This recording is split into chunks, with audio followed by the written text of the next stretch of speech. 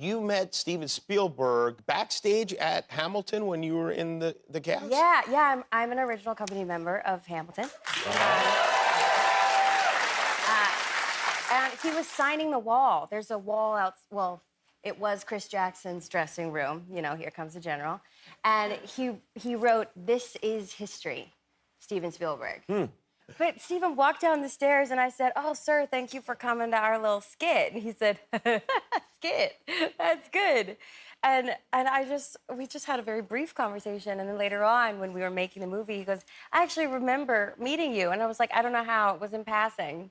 And he said, "No, I had a thought. Like, I think I'm gonna make something with her." And I was like, "Well, that is wild." And ESP, anyone? Wow. Yeah. Crazy. That's the same thing he said to E.T. Did you know that? When you met him. You know that Spielberg, he's a great director, but a very good actor. And I love that when you get the part, you then ask Steven Spielberg if it's okay to do something. I asked Steven Spielberg if I could still do my senior year musical, which was Shrek the Musical.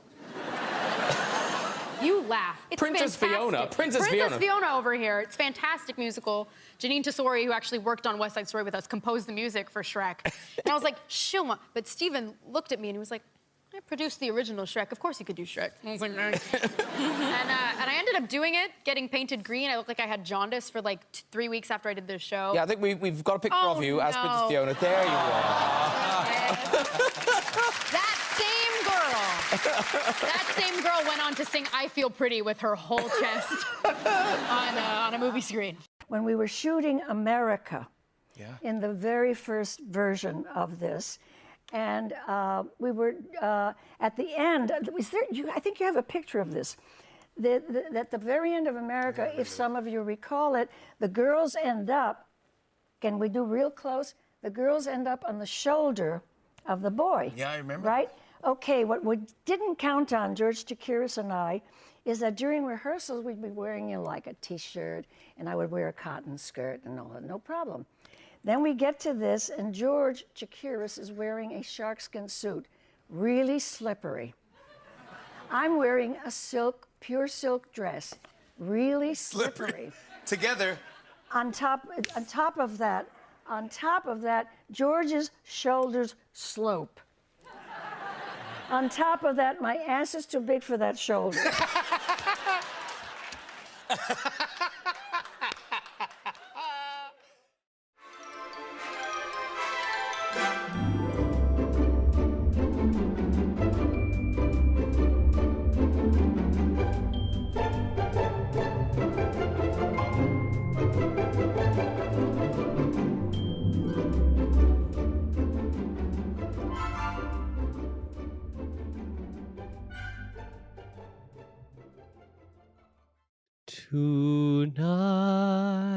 Tonight, sleep well, and when you dream of me.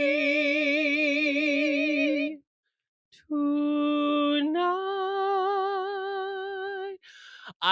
This is gonna be really hard for me because first of all, he's already crying just doing that little bit. Oh my God.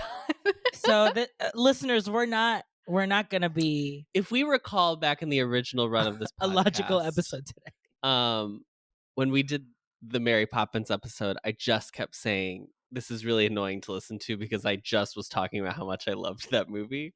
This is going to be similar in that I think there are valid things that we will talk about in regards to like specific criticism of this film, which I'm like eager to talk about. But as like an art piece that stands alone as art, like I don't know if there's a flaw in this movie. So that's cool. Yikes. Yeah. Wow. Welcome back. Wow. Welcome back, Molly and RJ. Thank you.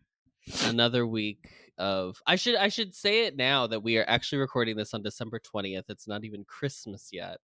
By the time this episode comes out, we will be well into the official awards season. I thought you were going to say the next stage of the pandemic because it's also looking like that will be true. We are in season 3 of coronavirus. Yes. So. Happy renewal, everyone. We got renewed. Renewed for a 3rd season. Omicron. I don't know how I feel about her new haircut. I have mixed feelings about the restyling. Yeah. Sometimes, they like to do that abrupt change right away, so you get used to it for the rest of the season. Smart. Yeah, I think that's what they're doing with this season. It's the for Rachel. Sure. Omicron is the Rachel haircut of this year. Great. Everyone's gonna get it. We have to laugh. No. We have to laugh. We have to Otherwise, we'll laugh. cry. But Nicole Kidman just saved the theaters. We come to the theaters to laugh. So, or whatever. RJ, you put this video on your Instagram of Adam watching the pre-show AMC ad of Nicole Kidman, which I saw in person when I went to the theater to watch West Side Story. And I was like, did Adam see this before West Side Story? And he was so smitten with it that he was like, I must rewatch it during dinner. So, no, it's more like a weird Gay Twitter has really taken it as this is. Well, here's the deal. Here's the drama. This is culture. They have recut it, and now it is only 30 seconds as opposed to the original 1 minute version. So the original Nicole. So the original version, you show her walking up to the theater. You get her whole monologue about cinema as concept.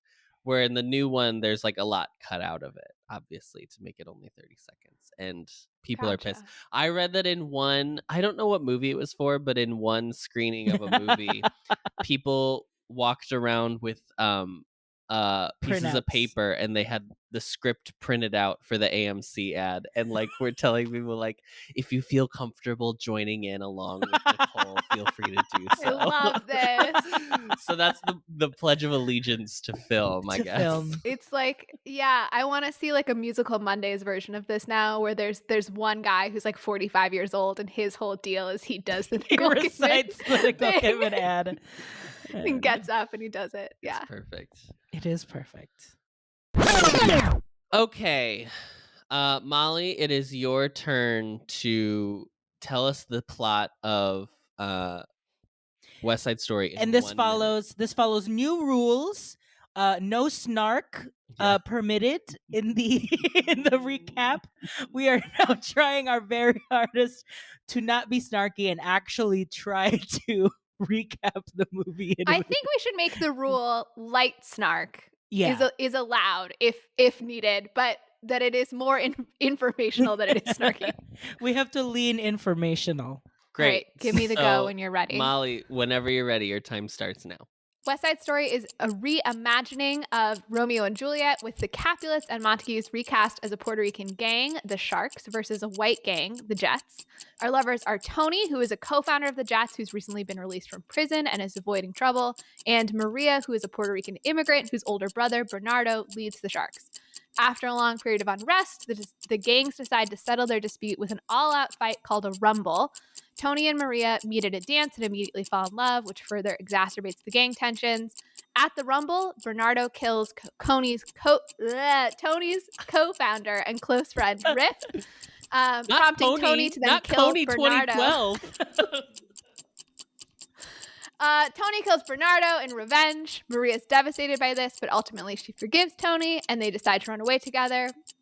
When Maria is detained by police, she sends Bernardo's girlfriend and her surrogate sister, Anita, to the drugstore that acts as a hangout for the Jets to tell Tony that Maria will be late to the meeting to run away. The Jets then begin to sexually assault Anita, and they are stopped by Doc/Valentina, depending on which version we're talking about, the drugstore owner who's been mentoring Tony in his rehabilitation. And in revenge, Anita passes on the message, a false message, that Maria was shot by Chino, who's the Puerto Rican boy that her family wants her to be with. Tony's devastated by this news, so he wanders into the streets asking Chino to kill him too. And just as Tony glimpses Maria, Chino manages to shoot and kill him. And after a monologue about feeling hate and wishing to kill herself, Maria follows the ensemble off stage as they remove Tony's body.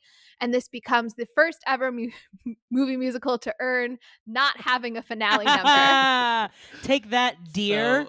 Take that, dear. So 3.5 minutes later, that was the entire plot of West Side Story. As smooth as I could make it. I wrote it out ahead of time. What I love about two things that I love about this. A, co-founder, just the term co-founders, as if they're like CEO and CFO of Jets. They drew up papers. Jets Incorporated.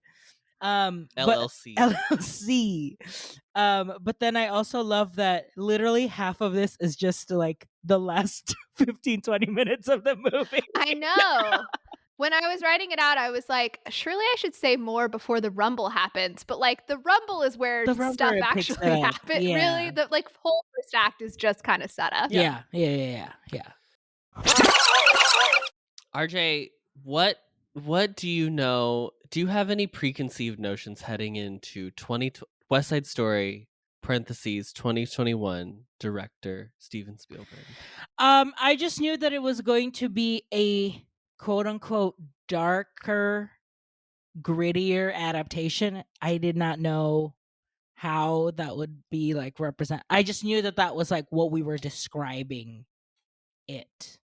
But I also had like there was that really bad adaptation on, I don't think it was on Broadway. I think it was on Off Broadway. I want to say like 2 years ago as well.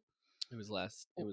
Last year. And it was bad. It was like supposedly it was very bad because it was Interesting. very like capital C concept and very like they made it Brechtian to kind of show just like really hit home some stuff, but then in a way made it really like not in good taste. Like it was just really Wasn't there also a version where Lin-Manuel Miranda got commissioned to redo some of the lyrics in Spanish? Is this the same version? That was the that is Broadway. That is the 2009 version. Yes, that was Okay. the latest run. But I just knew that it was like a darker, grittier version and wasn't really sure like what that actually meant. So I really came into it pretty fresh. The only thing that I had heard really before coming into it was that a lot of critics actually ended up liking it than they thought. So But can we back up more to like what's your relationship to West Side Story as a musical? okay, yeah. I mean, Adam asked me specific. The way he phrased it was so specific, so I was like, Sorry. Yeah, I understand why you answered that way, Sorry. but I'm curious also in Sorry. your whole relationship. I was trying to go beyond the boundaries of our script here. okay. Now it's not. I wrote the script out specifically. No. Okay, I have a very emotional story of how I first came to West Side Story. The first time I ever saw West Side Story, the movie, was with Molly. Do you remember this? I remember watching it in college, but I don't remember you telling me it was your first time watching. Yeah, we watched it in Simpson on your side. No, not your side. The other side of Molly's side. Molly's side of our My floor. The side girls' of the side. dorm. The girl side of the floor. We like used the like common area there because pretty much like our learning community owned or like was majority of that side, the girl side at least. So we just like took over and was like, we're gonna make food and watch West Side Story. This had to be first semester. It was first semester because Yeah. you were I not think there. so. Yeah. I was hanging out with Aaron and Annie, Or or I was talking to Eric on the phone. you were talking to your One Yeah, of the two more likely. options. Yeah, it was very more because I want to say it was like a weekend night, so you probably were Mhm. It could have been the weekend I was seeing Billy Elliot. no, because that was Fresh Oh. Faces, and Molly that and was I Fresh were Faces, that's right. were also busy that weekend, getting into Doing things that shall not be named on this podcast. Yeah. But yeah, that was my first time actually watching the movie, and I remember it. I remember being like, "Wow, this is really good." I was like shocked at how good it was, and I want to say the only song that I really knew before was "One Hand, One Heart." Tonight, I think "Pieces of One Tonight" and "Somewhere." Because of, everybody say it with me, American Idol. That's right. Oh, In movie night no. for American Idol, that was "Somewhere" was like a go-to for a lot of like the balladeers. And "One Hand, One Heart" also was a It's good my one. favorite Motown group, the Balladeers. The balladeers. So I like knew specific songs because I was like, oh, I know this is from a movie and that it's like very very much like meant to be like sung and performed. So I was like, okay, cool. So seeing it in context was really cool. Like seeing "Somewhere" in context was cool, and seeing "One Hand, One Heart" in like a plot was like, oh, cool. Movie musicals. Wow. Yeah, so I Well, I think I watched the movie for the first time in high school because my mom got me this like DVD pack of 4 movie musicals in like a set box. And it was Adam, why did she give you that? because I'm gay. Wasn't I that remember when you came out, she gave you like a set of movies? No, it was not that. Okay. But she did buy me a Coca-Cola canned pillow for coming out. That did happen. She just bought me things because she felt bad. Doesn't matter. Anyway, hi mom. She felt bad of how hard it's gonna be for the rest of your Sure. life. So like, here you go. So I watched it like for the first time in high school, and I've never been in it. It's one of like the major ones that people do that I've never been in. Because I'm famously not a dancer. I did see RJ and I saw the tour. In I think like 2016 or 2015. Yeah, it was like We saw it in South Bend. we saw it in South Bend. I think it was 15 because I want to say it was the summer after graduation. Didn't we Okay. see it right? Yeah. We graduated in 2014, so Yeah. then it would have been summer Well, 2014. it wouldn't have been 2014 because we moved to Florida. No, but I think we saw it right before we moved. RJ, you were Right before I left. No, Because we went home to South Bend that one weekend. Before I left. Like during the week for of my graduation party? Yeah. I think it was then. Maybe. I hope everyone is having feelings of being at a dinner with their parents when their parents the get onto the specific year topic is about really when you important. did something. So important to know the year. Yeah. But I'm right. That's why. I've also seen 2 community productions of this. I saw one in South Bend and then one when we lived in Florida. Oh, we did see a Florida production. Yes, our friend played Maria, and she was very good. She was incredible, and the that's where we'll production was end. bad. We'll end it there. And I am of the opinion that this is probably the best musical theater score of all time. Like, in all honesty. I mean, it's Bernstein, so it's almost like you're cheating because he like has written symphonies. So it's hard to be like, well, are you sure Lin-Manuel doesn't stack up against Bernstein? Like, I'm not trying to say anything about Lin-Manuel Miranda, but that's like what. But he it seems does. like with your tone, I think we know where you stand with Lynn. Yeah. Well, no.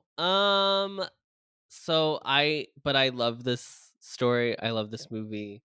I have never thought about it in any kind of what is this saying type of way, other than like the really obvious like 1961 movie version when you are like Natalie Wood is a Russian girl. That's cute. And a lot of thick makeup on the sharks. Let's say that. But I've never thought about the conceptualization of this piece as being, I mean, it's obviously by white people, but I've never like thought about it that way. Yeah. So that is like a conversation we'll have later. But I love this movie. I love the 1961 version. I love the stage adaptation. I love this film. I really like the story of West Side Story. Yet again, Adam and I shall be in contrast in this because I am a musical theater heretic for not liking West Side Story very much at all. I've never found it to be a very interesting show. I don't understand why people love the music so much. It's all just fine to me. So I would say I actively find the 60s movie boring, honestly. I don't remember when I first watched it. It's one of those things that's in the category of like musical movies that I watched as a kid, but I couldn't tell you what age or like the first time I watched it. Just kind of remember always having it as something we could watch. Just like how much you and your remember- mom loved Meet Me in St. Louis when you were little. Oh, the way that Rita just adores Meet Me in St. Louis. So much, yeah, and It's watched her it all favorite movie the of all time. Her time. favorite movie musical. Rita did text me after the Meet Me in St. Louis episode to say that she's never even seen it all the way through. So we don't know where my memory that she loves it came from. Whose mother were you watching that movie with? I don't know. Anyway, yeah, so I find the 60s movie pretty boring. I remember my high school theater director had done the show years before I was a student there, and we watched a recording of our high school doing it in a theater class I took with her. I don't remember what we were watching for, but it was clearly a show, like one of the productions she was proudest of that she had done at my high school. So it's just been like around forever, and I've never really understood why people care about it so much. Also, my memory from college related to this is that I had this problem freshman year where I would tell the same story many times in a row because I was meeting so many people I would forget who I'd already said things to. And so one of my things with West Side Story is I've never cared about Tony and Maria. And I remember that was something that I said in front of you two like 3 times in a row. And Adam had to be like, stop telling us that. So that's my memory That was watching it in college. Funny thing for all of us. Like our group in college kept doing that like all the time. Yeah. I remember because the first few weeks you're like, oh, give everyone every piece of information about me because they're all new. Yeah. I do remember you saying when I watched that for the first time, I do remember you saying that you weren't a fan of it. And I was like, okay, let's see what it's about. And I didn't remember being like, oh, that was amazing. But I just remember being like, wow, that was very good. But I also at the time was watching a lot of older movies because I had never really did growing up. Because I remember also seeing Janet Leigh. Yes, I watched Psycho for the first time at Simpson too. Like I don't remember when it was, but I remember watching it at our listeners. RJ was doing the stabbing motion with his hand. That's for a long time, and I could not figure out what you were trying to get at. I was like knocking on a door. What is this? I was waving through a window. Yeah, that's what I was doing. I do remember. I feel like we should also mention there was a brief moment in time where our college was going to do West Side Story. Like the head of our department really wanted to do, and they were really pushing for us to do it, but just it ended up couldn't get the rights because of the tour that happened in 2014 in the city. We did Hot Mikado. And we did Hot Mikado instead. They were like, yeah, maybe we shouldn't do a show that has that doesn't know what it's saying. Stop. We can't. We'll save that little bit for we'll set it to here's what I will say in case she ever listens to this. I remember Louisa was like, why is it okay for us to do West Side Story? And girl, you were right. At the time I was like, I don't know, I don't think it's a big deal. You were so right, and I'm sorry I ever doubted you. Louisa. Oh. Yeah, yeah. I remember that was the thing we would just always joke about it of like how many we don't have we can't. But yeah, so we could have all been it. I feel like I would have been a Chino. I think we've talked about it, like who could. Oh, you look so much like every version of Chino I've ever seen. Which is interesting because I'm trying to remember if the original movie was like that's how they cast Chino, was like very dorky. Because I feel like they don't in the versions we saw on stage. Dorky's not I wouldn't say he's like as dorky as the new version. The new one, yeah. But he's definitely like quiet. Square. Yeah. He's also, I believe, white. Yeah. So I think this is what would have happened. I think most of the cast in I feel like I would have, if we white. did it, I would have been a Chino. And then Adam would be Doc, obviously. If it was going to be our senior show, Adam would absolutely have been Doc. And I would have been so And he would have been so mad. Well, at least the racist show we did instead gave you guys better parts. You know who they actually would have made me? They would have made me Krupke. Oh, yeah. Yeah. And I would have been the stage manager regardless. Yes, thank you. Thank you, Molly. Molly said, I'm sending your call times 24 hours before rehearsal.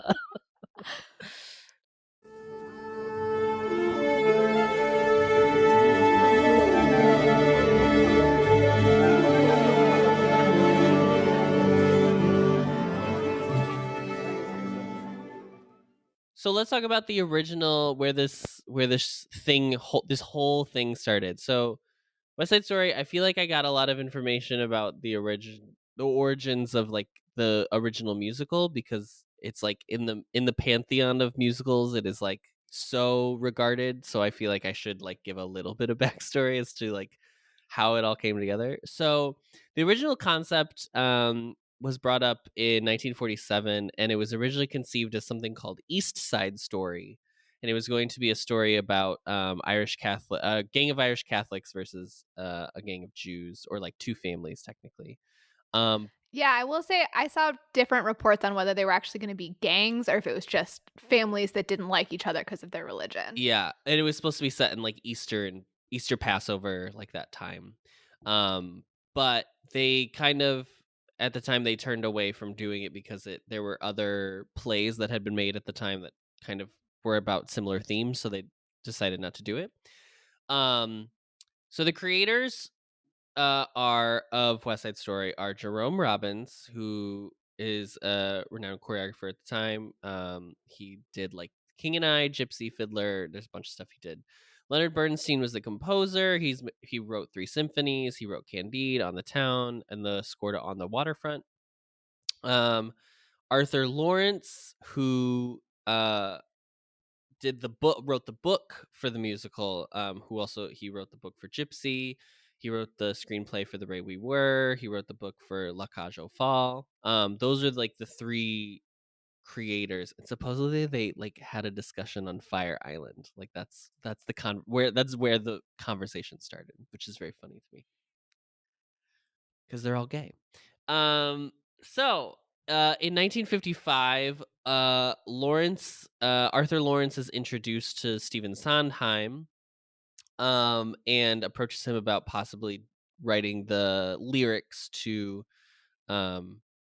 West Side Story, or whatever the piece is called at this time. But Sondheim was trying to start like his own career. He had this musical called Serenade that like wasn't doing really well. Nobody really wanted to do it. But at a similar time, there were like these Mexican-American Chicano turf wars on the streets of LA. And Jerome Robbins was out there and he was doing the choreography for the movie version of The King and I. And then Arthur Lawrence was out there because I think he was writing a screenplay at the time. And so they kind of were talking about like, what if it was about like gangs in kind of this, what if they were like 2 rival gangs? But Arthur Lawrence felt more comfortable writing about Puerto Rico and Harlem than about like Mexican Americans and like the LA territory. Can I add to that portion? Because I did some research on this as well. So San Juan Hill, which is the neighborhood that was cleared to build Lincoln Center, it's made clearer in this movie. Mm-hmm. So apparently the original musical, the stage version, they were really clearly like, it's somewhere on the west side, but we're not going to be more specific than that. And the Robbins was like, I don't want it to be too specific. But for the film, they had to physically film somewhere. And they chose San Juan Hill because it was in the act of being demolished at the time. So they were just like, we're a bunch of empty buildings, which made it really easy to film there. Mm-hmm. But that's actually a historically Black neighborhood. And so it's really, now it's become this really weird part of the canon where like the 60s film kind of made it there, but it doesn't really make any sense that it'd be Puerto Ricans and ethnic whites fighting over this Black neighborhood, essentially. And so the author of, it was an article from Timothy Noah at the New Republic, and he was saying that he thought that it was really based on the Zoot Suit riots, which I think is what you were referencing, which if you're not familiar, Zoot Suits were things worn by Mexican-American pachuchos. I think that word's right. I wrote it down. Yeah, pachuchos. So they wore these suits with these really big pants, and that was against the regulations in the war era in terms of fabric use. And so GIs, they like got into scuffles with GIs, and they ended up having 6 days of violence of these Mexican-American men and GIs kind of going back and forth with each other. And so apparently it was this sort of ripped from the headlines. Everyone knew about that. And then they kind of transported it to New York, which was having a big influx of Puerto Ricans. But this like specific thing of like white gangs and Puerto Rican gangs is like not really part of New York history so much. It's kind of like lifting the story from Los Angeles, just putting it in the city that they're all more comfortable in. So I thought that was interesting. That is interesting. And I'm sure we'll get more into like in the story of like, now it's heralded as like this is like a story about Puerto Rico and Puerto Ricanos. Pride, you know, and like but it's funny that like the inspiration may not have been directly from that. It was, but like it's a product of the original story that like now it's heralded as like a story about Puerto Ricans in New York. It's fascinating. That being said, though, I would like to say that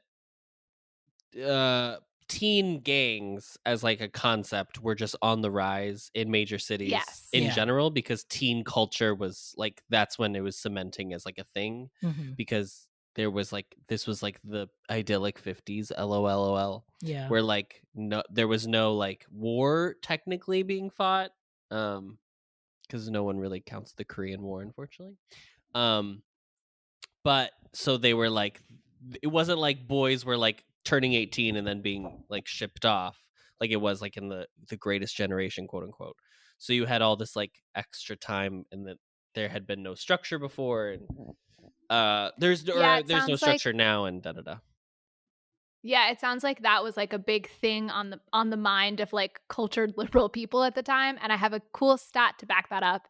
An FBI report would later assert that juvenile court cases increased 220% between 1941 and 1957, which is Whoa. the year that West Side Story premiered. That's crazy. Coincidentally, Bernstein and Lawrence had both been blacklisted because of they were believed to be communists. Reds.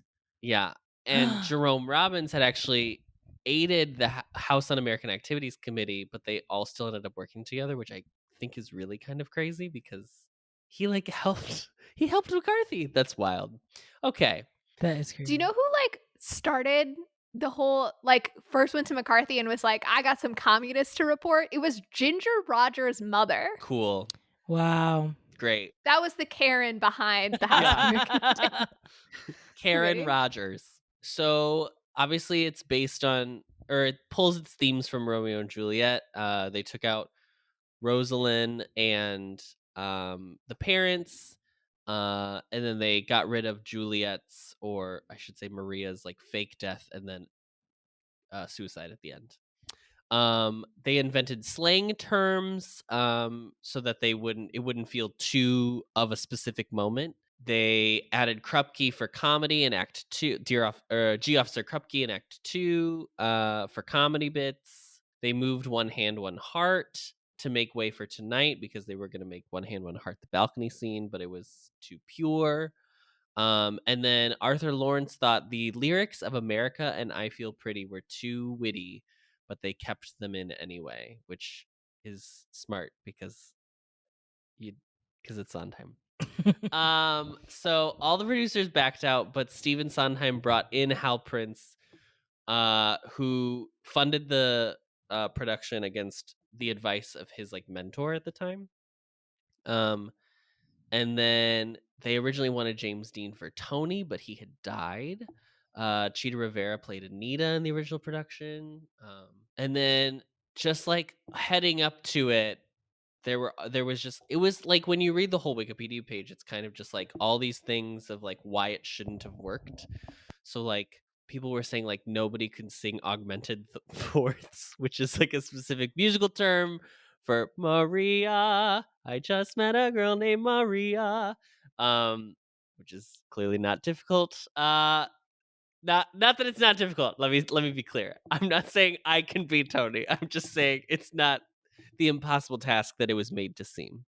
They said the music was too rangy for pop music, or for popular like musical theater at the time. You shouldn't end Act 1 with two dead bodies on the stage and the curtain falling on them. And then there was like this whole idea that it was impossible to cast because it was the most dancing that had like ever happened for a musical on Broadway. And so they were like, there was this whole thing that was like, we could find singers who like weren't that good at dancers, and we could find some dancers who weren't that good at singers, and if you could find both of them, they were really bad actors. So like the idea of a triple threat did not exist at this time. BFAs hadn't been invented yet. BFAs hadn't been created in a lab in Ann Arbor, Michigan yet. So and then Columbia Records initially passed on making a cast recording because they thought the music was too depressing, which is like it's it's really funny that this is now. It's just this is It's a Criterion selection. right. It is again in the pantheon. It is like up in the top echelon. So after tryouts, Bernstein ended up moving his lyrics credit because during the tryouts, Stephen Sondheim was just credited as co-writer for the lyrics. So Bernstein ended up removing his lyrics credit to give Sondheim like due as what he did, since Bernstein was getting the music composing credit anyway. And then Jerome Robbins wanted a conceived by credit, basically so he could make any change at whim. And then by the time the show ended up opening, none of his collaborators were speaking to him because they were so tired, which all just sounds like very catty queenie gays, all just like very very at each other's throats, which is very funny to me. Sondheim did not do any of the music, even though some of it has like been reported that maybe he had more influence than he did. He didn't. The only musical edition that he has is the chorus of Something's Coming. And then at the Tonys, it was nominated for Best Musical, Best Featured Actress in a Musical, Carol Lawrence, who played Maria, which is very strange because featured actress now is like the supporting actress category. So it's weird that they're considering Maria the supporting who is Yeah. you know what I mean? That's weird, right? I think it's weird. I mean, I guess you could say Anita, but Maria clearly has more songs, right? Yeah. Unless they're just saying like because it's not about Maria, because it follows Tony more than technically it follows Maria, I guess. I Well, don't then know. it's going to be featured for every female role in musical theater. So. Well, that's you're not wrong. Best costume. It was nominated for Best Costume Design and Best Conductor and Musical Director. But it only won 2. It won Best Choreography and Best Scenic Design. The musical that it lost to was for Best Musical was, say it with me, The Music Man. Just like I think if the Tonys if the Tony board had a chance to redo a Tony, I think that is the one that they would be like. Not that The Music Man is bad. I want to be very clear, but I think it's like very funny now. As someone who would die for The Music Man, Adam. As someone who's been in it 3 times, I do love The Music Man. I think they made the right decision. Cool. Great.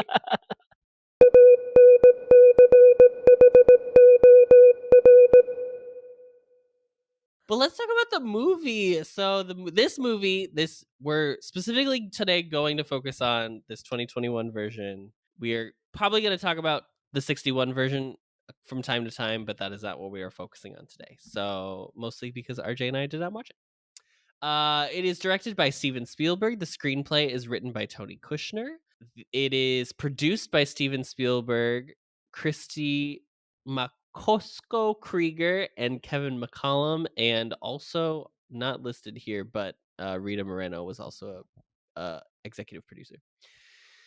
It stars Ansel Elgort as Tony. It stars Ariana DeBose as Anita, David Alvarez as Bernardo, Mike is it Fast? I don't know. I don't know how to say his last name, but he plays Faust. He plays Riff. Rita Moreno plays Valentina, and Rachel Zegler plays Maria. In the credit being and introducing Rachel Zegler. The cinematography is by Janusz Kaminski, and it is edited by Michael Kahn and Sarah Brochar. The music obviously is by Leonard Bernstein. The production companies are Amblin Entertainment and TSG Entertainment, Amblin being Steven Spielberg's production company, and it was distributed by 20th Century Studios, which is owned by Walt Disney Studios. It was released, it went wide December 10th, but its premiere was November 29th at the Lincoln Center, which is very funny. The running time is 156 minutes, but I have no complaints, so I will not be saying anything here. The languages are both English and Spanish, which is not usually something I make note of, but it is noteworthy in this context. The budget was $100 million, and unfortunately, its current box office is only $27.5 million. I read a statistic that in order to break even, simply because of like how much they had to spend on marketing and stuff, this movie needs to make $300 million, which is it probably will not do. Oh man. So this is going to be considered most likely, unless it has like a really big like Greatest Showman type like surge during like award season. This is probably going to be a flop, which is wild when you watch this movie because it is very well made. The development of this film started in 2014, and Kushner wrote the script in 2017. There's a quote from Steven Spielberg that says, "I've always wanted to make a musical, not like Moulin Rouge, though, an old-fashioned conservative musical like West Side Story or Singin' in the Rain. I've been looking for one for 20 years. I just need something that excites me." David Alvarez, this is the only thing I want to talk about really quickly. David Alvarez, who plays Bernardo, he is one of the 3 original Billy Elliots in Billy Elliot. And I was like, so I'm going to probably watch him be Billy later. What a amazingly multi-talented performer, because to play Billy Elliot you have to have such great dancing skills. Mhm. Yeah. And the fact that he could do that when he was, I don't know, probably 12 or whatever. Yeah. And then he has the acting and the singing. I guess Bernardo doesn't sing a ton, but like he was so good. I'll spoil my opinion. Everyone in this movie was so good. I don't like this musical and I loved this movie. Yeah. It was so good. Yeah. People were waiting 40 whole minutes to wait and see if Molly did like this movie or not. The last That's thing what everyone listens for is just my opinions. I will tell you, Molly, the people that have vocally told us what they thought of the new show has always been like, I Molly's love Molly. great. Molly's great. Mhm. Thank you for adding Yep. her. And we're Okay, so we're weirdly recording this in December, so like the Oscars or the Academy Awards haven't like announced their nominations yet. The SAGs haven't announced their like other big. it's like awards about to players. drop because this is coming at the end of January. So Right. it's in the next 2 weeks or so. So what I will read you is the list of awards for the Critics' Choice Awards and the Golden Globes. Those are the 2 that I chose, and what they are nominated for. So for the Golden Globes, it is nominated for Best Picture Musical Comedy, Best Actress in a Motion Picture Comedy or Musical for Rachel Zegler, Best Supporting Actress in a Motion Picture for Ariana DeBose, and Best Director for a Motion Picture for Steven Spielberg. And then for the Critics' Choice Awards, it's nominated for Best Picture, Best Supporting Actress for Ariana and for Rita Moreno, Best Young Performer for Rachel Zegler, Best Acting Ensemble for the entire cast, Best Director, Best Adapted Screenplay for Tony Kushner, Best Cinematography for Janice Kaminsky, Best Production Design for Adam Stockhausen and Rena D'Angelo, Best Editing for Sarah Brochart and Michael Kahn, and Best Costume Design for Paul Tazewell. So it is tied It's racking up. at the Critics' Choice. It is tied for the most nominations, along with Belfast, which is the Kenneth Branagh kind of his Oscars Roma. movie of the year. Yeah. Yeah. All right, let's dive in.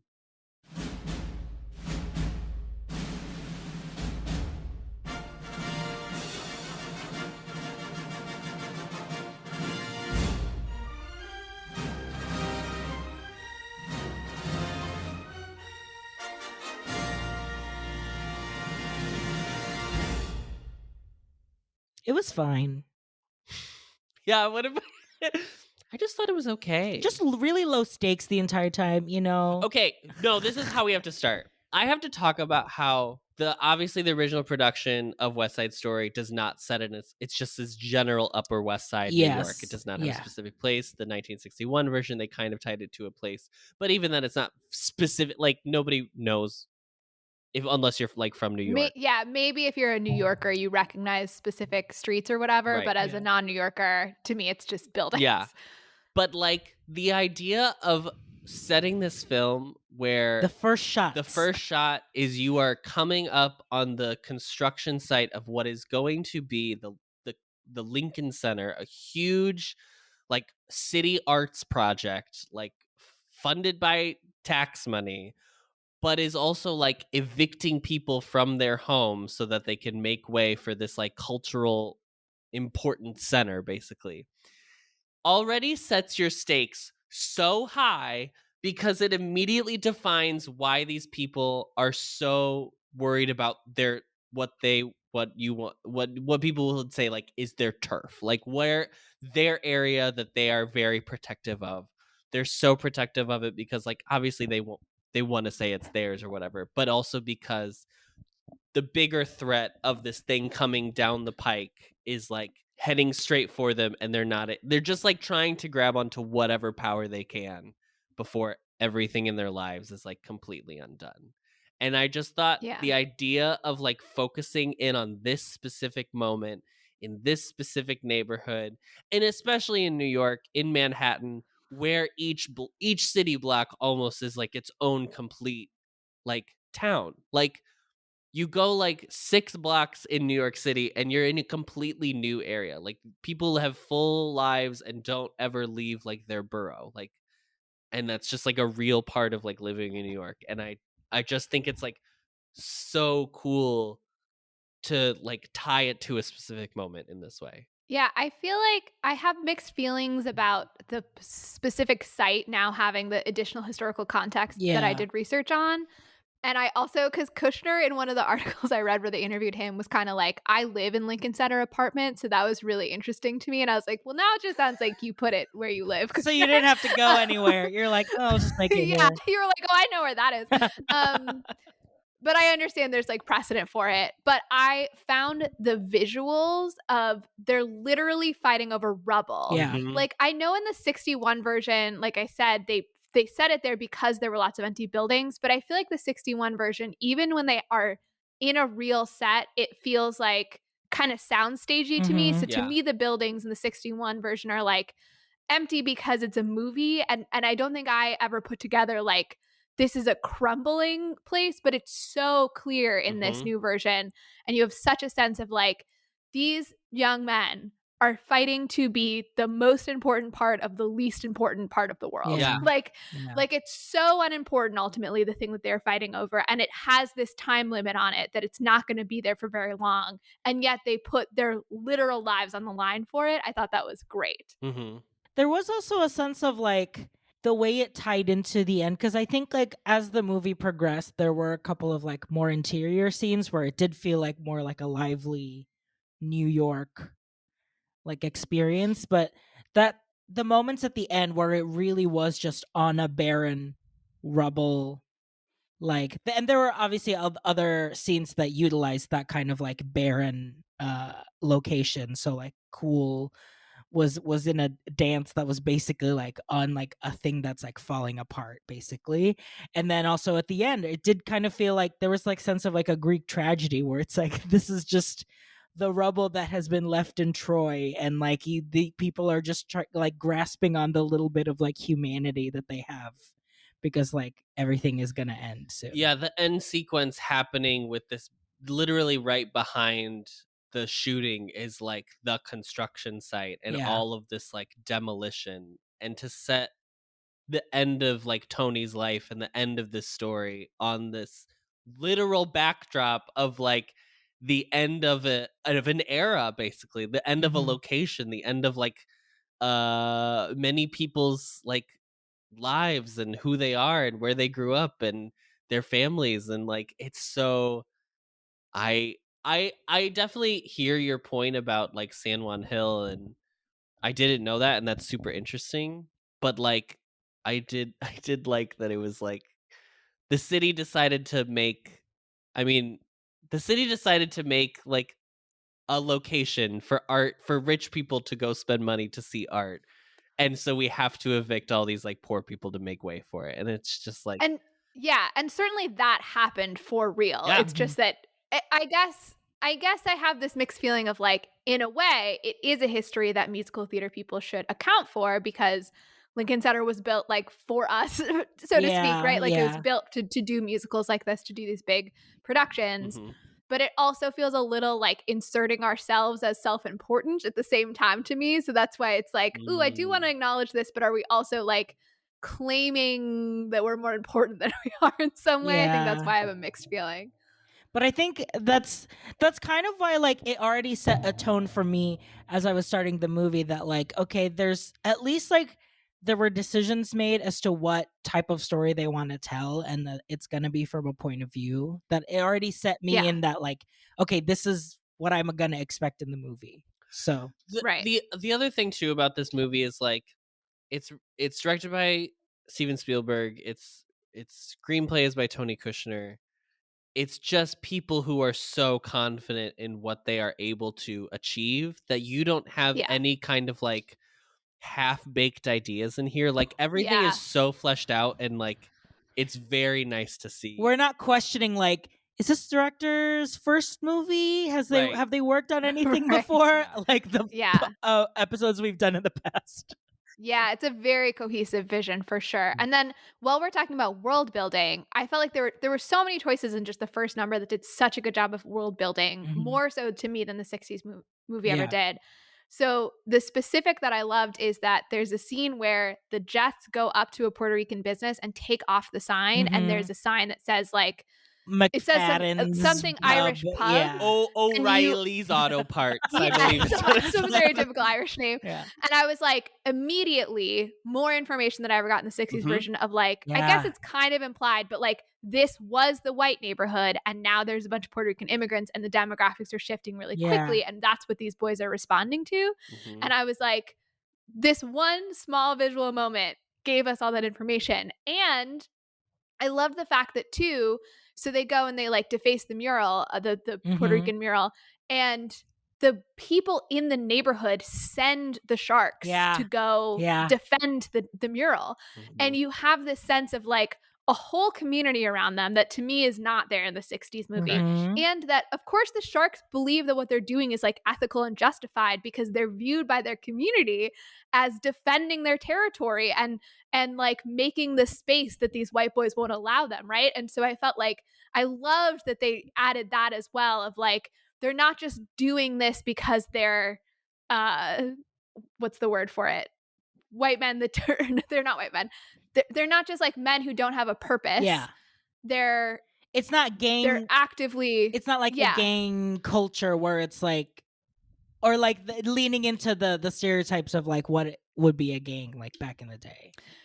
Right. And I think what we get into with Officer Krupke, that musical number of like being eaten up by the system or whatever, like that's kind of, we see the perspective of the Jets where like they don't have anything else to do with their anger. Yeah. But for the Sharks, there's much more of a community element to what they're doing, which the Sharks do not get enough screen time in any musical. So I was happy with adding that, although I wish somehow they could have added more stuff for the Sharks overall. Yeah, I think like the dynamic of the Jets and the Sharks was one of the things that like I took as a really good takeaway of Tony Kushner's book, just like really like enhancing the movie because like they really make it clear that the Jets are acting in a way that because they are like degenerate, like even like the sergeant, he's even saying like people that used to live here that are rich now and can live in suburbs, but like you specifically choose to stay here because you like are quote unquote like, you know, like you don't try to like succeed like everyone else does. So you're stuck here. You're in this position. And then in comparison, the Sharks are like a full thriving community. Like they have business, like every business in this neighborhood is run by Puerto Ricans. Like it is very lively and like it's very clear like how they've set up the two dynamics, which is like really kind of like heightens the whole stakes even more. And I think no song in this film more so is exemplary of the community that they are trying to set this world in than America. And by moving America from a song in which the original and the 1961 version, they happen in the middle of the night on the roof of Bernardo and Anita's like apartment. And it's like just between like the group of Sharks girls or the group of Sharks and their girlfriends, into being like an encompassing like neighborhood musical number set in the middle of the day when people are like out living their lives. It's so And also, like, the lyrics of America are so good. Like, I just love how it is It's true. witty. It's It's just too very witty. It's very witty. Stephen Sondheim was very witty. Yeah. And I Yeah. just think it's like a shining pillar of musical. Here you are free and you have pride. Long as you stay on your own side. Free to do anything you choose. Free to wait tables and shine shoes. Everywhere crime in America. Organized crime in America. Terrible time in America. You forget I'm in America.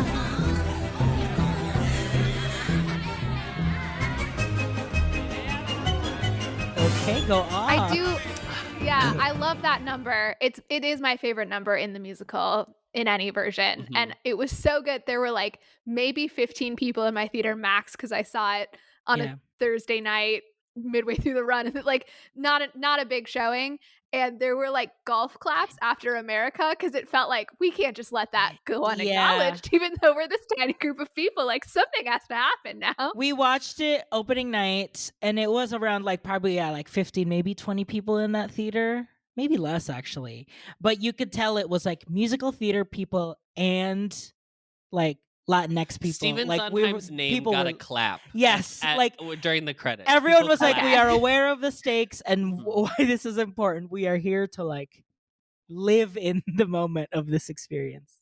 So, I mean, obviously, the people in this musical are specifically Puerto Rican, so I'll probably say that mostly. But I've seen a lot of pushback in the last year, especially I have too. to that term as being perceived as like coming from outsiders and being sort of like a version of cultural imperialism.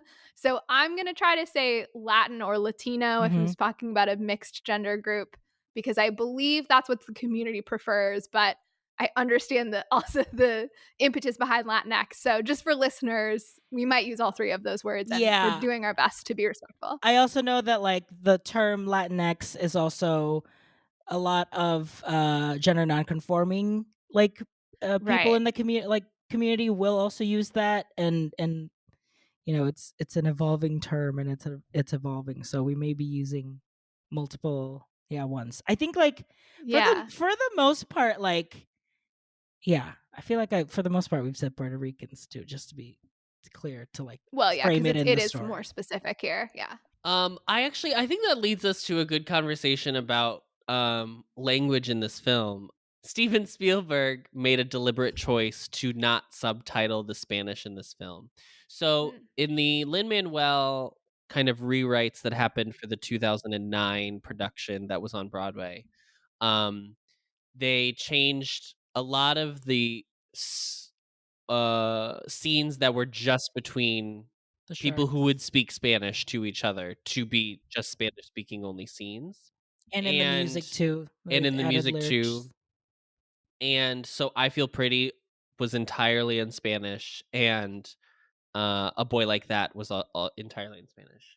And then partway through the run, they reverted back to English for a lot of stuff, because I think there was a lot of pushback based on like Mhm. white people and white Mhm. audiences not being able to understand. To some extent, I think I get it, because I think with the song specifically, like I don't know if it's very hard. Yeah. I guess if I had never seen West Side Story, A Boy Like That, you might miss some critical factual information. I Feel Pretty, I don't know what you're missing.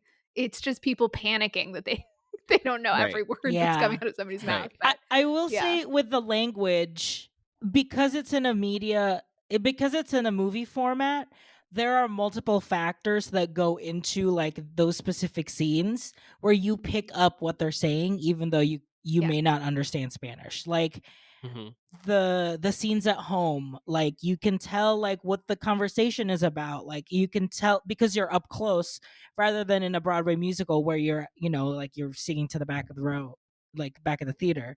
When you're up close like that, you feel like what they're saying, even though you don't understand what they're saying. So because you can read like even the subtleties of like facial expressions, you can obviously read on camera easier, at least than the theater version. Yeah, I wanted to ask RJ if you feel like you can speak to this. Maybe you don't feel like you can. So, in the movie, there were scenes where it felt like maybe 50-50 in the home scenes where they would sometimes be speaking Spanish and sometimes English. And I always wonder when I see that because I grew up in a single language household. And so my experience of speaking another language is only like I am now practicing this language and because I don't know it very well, I have to like focus on like, okay, we're just doing French now or whatever the language is. RJ, because I know you had more of a mixed language experience, is that accurate? Because I feel like a lot of media does this of like a combo of languages to help the whole audience get what's happening. So is that really a thing people do, or is that just like a thing we've decided you can do to try to put in another language into I will say, like, realistically, it would be a single language home. So, like, my family only speaks Filipino when we are at home. But I do know that in the movie, because Anita's character is like, I am going to be the person that's like, we are assimilating. We are speaking in English. Even though, like, in that first scene of them in the kitchen, she definitely, like, heavy hands it, like, because Bernardo and Maria just keep speaking Spanish, because also, like, their brother and sister, they grew up together. So it's like they're always going to be doing that. Her being there to kind of always be like, you have to speak English. And like this is Adam's point when in the movie too, that like multiple characters do that. So like Krupke and the sergeant will do that in like a disciplinarian way. Like because there are those factors, I think like it makes sense in the story wise that like they are being forced to like have to switch back and forth a lot. Yeah, it made sense to me in the Anita scene. And at first I was like, why is she doing this? And then it led into America and her talking about how excited she is to live in New York. And I was like, okay, now I get that you're telling me something about the character. But I'm pretty sure there was a scene before the Anita scene where it was like just Maria and Bernardo or something. Yeah. It was like, yeah, before they went to the dance. And I was like, why are they throwing in English phrases? Like, just make this scene in Spanish and put in subtitles. I like that's like the biggest advantage of this being a movie is that you could just put subtitles on the screen if you're worried we're not going to get it. So I wasn't sure. I wasn't in love with every way that they did the language mixing thing because I didn't quite buy that they would be that hybrid. I do think that like that's so funny. I do think like if they did start out, and like you watched it fresher than I did, but I do think if they did start out fully Spanish and like either Anita's the one that's like, hey, stop, like at the first moment, then maybe. But yeah, I guess I had just like, I was suspending my disbelief because I knew that like, I knew the stakes of like having to speak in English. But yeah, I do get your point. That I think that's always the tricky part about any sort of like trying to tell stories about like two cultures, because like one of my favorite movies, The Farewell, was pretty much all in Chinese, and like anytime they only spoke English was to be like, so that way your grandma won't understand because she can't speak English, you know. Like it was also like there's always like a method behind like having to use that tact. They always have to like justify it, and I felt like they justified this one in enough to be like, it's a movie musical, like this is enough rules that you get the gist, and we can keep going. So Steven Spielberg's reasoning for not including subtitles was, his quote was like, he didn't want to give English the power over, like he didn't want to accede to English being the default, that we should all like know like English. Yeah. So in that regard, I think, I don't know, I really liked the mix of like Spanish and English. I did too. Yeah. But I'm also a person who like knows the story well enough that like the entire scene could have been in Spanish. And that's true. And you were like experience it in a different way because you're like, oh, because I know what they're saying, I am just focused on like the performance itself.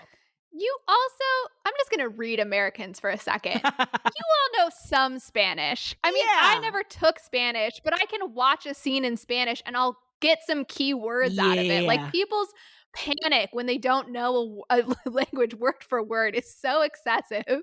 It's a musical. There's not going to be anything important that anyone says probably at all. And you're going to figure out some of what they're saying. I will say, like, there watching people who speak Spanish in this country. Yeah. Watching the movie, I fully felt that of like, maybe I am more fluent than I thought I was, because I was like, I'm pretty much holding on to most of this. So I was like, It oh, reminded me of RJ watches this Filipino chef who makes like videos on YouTube, Yeah. and he flips between English and Tagalog and Tagalog, yeah. English like every other sentence, and it's so funny to me because just I think it's really I think it's really funny. But that's what it reminded me. I just Yeah. finished watching Money Heist, so I've also just been consuming Spanish-speaking media recently. Maybe that's why I'm feeling confident. I didn't know that was Spanish. Everyone watch Money Heist. Yeah, I didn't know that was Spanish.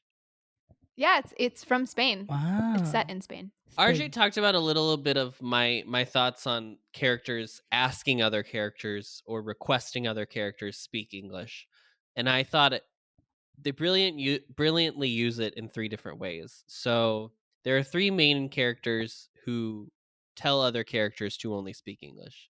One is Anita, and we've already discussed that it's based on her wanting to assimilate to the American culture.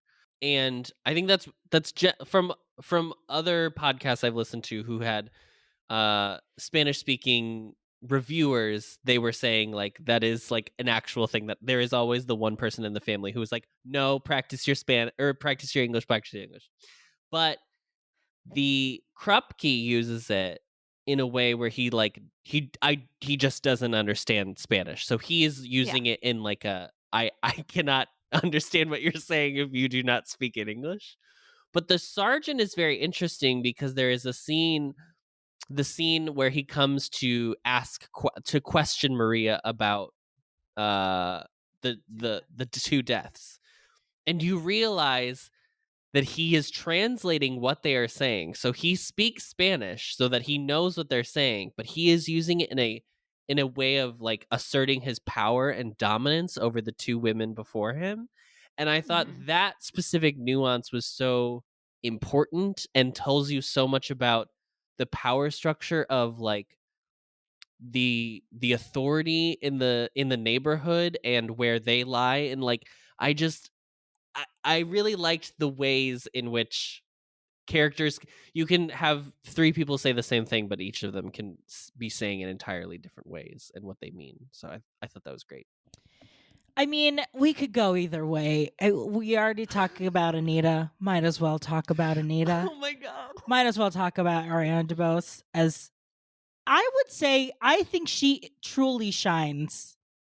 I feel like she is the standout in the movie, which when I say that, I'm like, but other people did really well too. Like, but I truly feel like also like as a movie, they're also like pushing that like she is the star. I think probably because like, you know, like the legacy of this role, like Rita Moreno won the Oscar for this role. So like there is that sense of like we are passing a baton to her, that like she will be the new kind of like person to like carry the movie. But also like Anita is such an interesting character. Like she has to go through so much in Act 2, like in one like in just like one in a night. In one night. Yeah. That like I felt like in this movie I really felt that the struggle of like trying to like keep with everything, but also like trying to stay strong so that she doesn't kind of like end up another victim again. So Anita, like, and I like that they showed us her seeing the dead body, and then we're really following her along to like see her journey into docs, basically. Anita, I think, has one of the hardest. Whatever actress plays Anita in any production of West Side Story ever has the hardest job in the show, because she has to make the turn in A Boy Like That work. She has to start a 3-minute song where she hates this man. And by the end of the song, she has to embrace the idea that Maria is doing this out of love. Yeah. And like, you have to believe it as the audience. And I think, again, I love this movie, so I'm willing. I know that I am willing to go along on that ride, and I'm willing to ask what is asked of me as the audience member.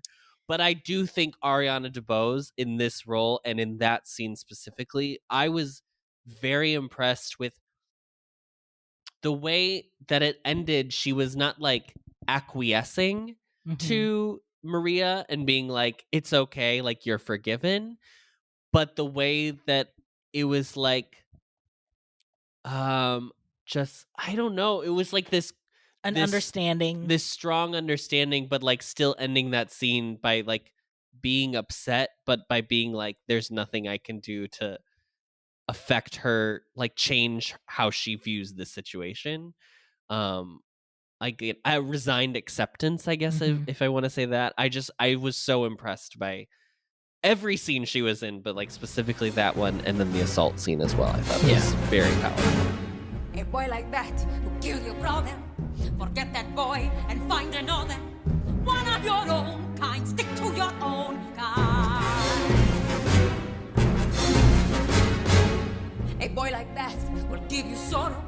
You'll meet another boy tomorrow. One of your own kind, stick to your own kind. A boy who kills cannot laugh. A boy who kills has no heart. And he's the boy who gets your love and gets your heart. Very smart, Maria, very smart. A boy like that. Yeah, I would say that she met my expectations because she was in Schmigadoon, and I loved her in that. And I got so hyped when I realized she was going to be Anita. I know. Yeah. So I was like, I feel like I was already a fan before I even walked in. And then I was like, she's doing everything I was hoping she would do in this movie, and it's great. Famously, the bullet in Hamilton. She is the bullet. I thought Emily Emily Hansen is the girl from Schitt's Creek. Emily Hamilton. But no, so there's a woman named Emily something. She is in a relationship with Daveed Diggs, and she's in the Umbrella Academy. She played Angela. Is that right? Who's the Angelica? She played Angelica in like a later run of Hamilton, like after Renee Lee Goldsberry had left. And I thought that she had been the bullet because she also has like an afro.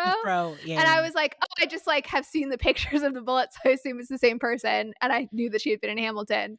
And so I was really excited that I was like, no, okay, wait, now I actually know who was the bullet. Yeah. It's this person. I just remembered when the Hamilton film version came out on Disney Plus, and Twitter was like screen capping at the end because like all the ensemble members got like a title card, a credit card. And when Ariana DeBose came out as the bullet, like people on Twitter were like, watch her. She is about to have an amazing career. Watch this person. She's so talented. Yeah. I also want to say that I think this movie does an excellent job at establishing Bernardo and Anita's care and affection and love for each other. In the a passion. Way that, in a way that I don't know if the 1961 version does as well. No. And I think Rita Moreno is great in that role, but I think one of the weaker parts of that movie is like their relationship, and it's believable basically. And there was not a moment of this film that I was like, oh, I completely buy everything that they are selling. Isn't it so refreshing after watching Evan Hansen and Zoe to this of like, that's how some couples chemistry. Yeah, it's like, oh wow. I have a question though about Anita and Bernardo. How old are they? Because I'm so confused about how old they are. I want to say they're probably like in their like 25 20s. So like, okay, but then the dance that they go to. Oh, that's right. It's like a high school dance. So are they in high school? Is it a high school? Is it specifically? They say it's a high school dance. They say it's a high school dance. They do because I was writing in my notes, who has organized this dance? And then they say something about like the school wants us to blow. They said something that very clearly indicated this is a high school dance. Yes, I remember that. There was a moment where I was like, wait, I think they're all in high school. There's no way they're all in high school. They can't be all in high school. Really? I get that, like, I mean, if you grow up with fewer economic resources, because Anita lives with Bernardo, and like that seems like a very adult thing to do, but some people who grow up without as many resources, you might rush into those sort of more adult decisions because you have to because of circumstances, or if your right? family's so back home in Puerto Rico. Yeah. So I was like, I guess they could be like 18 and they're just like moving too fast into being adults. Or because she also has a job job, and Yeah, or maybe it's like No, because they make a point of saying Maria is 18 in this movie. They specify her age. yeah. So maybe I think they have maybe to it's be just like older a than that. Okay. community maybe dance it's a that the high community school is thing. hosting. Yeah, because it's maybe Because the it high makes school sense is that- makes It's sense in that the it's high in school. the high school because they're in the gymnasium. Yeah. and maybe it's like the high school feels responsible for doing community outreach, even though not all of those are still students. I mean, I would- Two I I'll would- just words decide that that's what have happened. never that in 1950 whatever had never been No one had invented. ever said the word community outreach. outreach. I No will one had say, ever said that I'm pretty before. sure, I would say probably some of the Jets were probably in high school, which is Yeah. enough to be like, look, some of your kids are out here spray painting. Well, there's Baby murals and John, stuff. Yeah. who's probably like an actual high school student. Yeah. And Yeah, I I would just say mean, like, but anybody's- now- yeah. You would not allow 25-year-olds to just like come to a high school dance. Yes. No, you So, sure wouldn't. I'm trying to come up with a different explanation. yeah. It must not be a dance for the school in that case. Yeah. I mean, I will say Yeah. probably because like Dance at Bernardo, the school. which was also another thing that I really liked about Bernardo and Anita is that like I don't think Bernardo in the original story was a boxer, right? Like he wasn't Correct. like That a was prize added for this. fighter. Yeah. And then Anita originally had a store, but in this one she's like working to be able to own a store, so she's doing alterations like at home basically. Yeah. So just like not only like creating that environment in their house, but also like really like building the world of like what is it and like what their stakes are too. Like there is that sense of like Bernardo is fighting in honor because it's like he's getting it's his job basically, you could say. Yeah. It just keeps adding more that like the Sharks and like the Puerto Rican community are here working their asses off, and the Jets are just a gang that's just trying to like assert themselves. and cause ruckus. Right. I also felt like I knew so much more about Bernardo and Maria's relationship in this version as well. Yeah. In the 60s version, I feel like I get that like he is her brother and therefore she has to care, but we like don't really see them interact all that much. But in this version, I felt like they had a really real relationship, and I loved the change that she doesn't have parents there. It's so she has this line about like, I moved here 5 years ago with dad, and then the dad's not there, so he presumably died or something happened. And so you also understand like, oh, Bernardo feels so responsible for Maria because he is her only older family member left, right? Yeah. But also that he is the newer immigrant than she is. And so he also, it feels like, has this further feeling of being an outsider. Like he sees himself as more of an outsider, it seems like, than Maria sees herself as, which also makes a lot of sense for the choices that they make. So I thought that was really smart. I thought it was that she I thought it was stayed that- in Puerto Rico to Yeah. take care of the father, She just got to America. and then he had to move. Because she makes a point of saying, this is my first dance in America. I think it was that she had to stay to take care of their parents while Bernardo moved to America to work and basically like send money. And then To be fair, Molly was taking notes he in the died. dark in the movie. she so. was also writing notes in the dark in the theater. And I thought that I saw something that said how it was a change that Maria is the new immigrant in the original version, and that they changed that. So that's why I thought I saw it somewhere else too. I That thought confirmed that- my understanding of that line. I thought the change was that like they gave more stakes of like there was a reason why she couldn't move with Bernardo. It was because like someone had to stay home and take care of the family while he worked. Well, let's put a pin in We that will while I put in research this it. research. And the point, but the Bernardo feeling responsible for her Yes. is definitely there because her parents are not present, Yes. which they're never seen in the original version, but she talks about them, so we know. And that you they hear exist. their voice. Yeah. And Yeah. it's also a very like Momentito, papa. it's also a very Natalie. very immigrant like experience of Natalia Wood. someone shut up. It's also a very true to life like immigrant experience of like whoever is younger and more capable goes to a different country to work and support and provide for the family. So like the fact that Bernardo had to move to work for the family, and then when Maria's there, like there is the like there's added responsibility to the breadwinner. Like obviously in any situation, but like the layers of it when it's like having to immigrate too, and like now that person is solely in charge of like taking care of everyone, which makes sense. Like they added that thing of like he is the one, like this is his household, but then Anita's like, no, we all pay rent. Like Mhm. I pay rent. Yeah. Sister Maria has a job pays and she rent. is paying Mhm. rent. So like we are all like sharing in the American dream. It's not like the standard like family structure of like you are the man of the house, even though he like acts that way and like asserts the like social like leadership of the house to be Mhm. that way of like everyone has to listen to me, because like they make the jokes of like Anita and Maria are like, I'm not afraid of him, but then when he's coming they kind of like have to button up and like prepare the Yeah. house for him.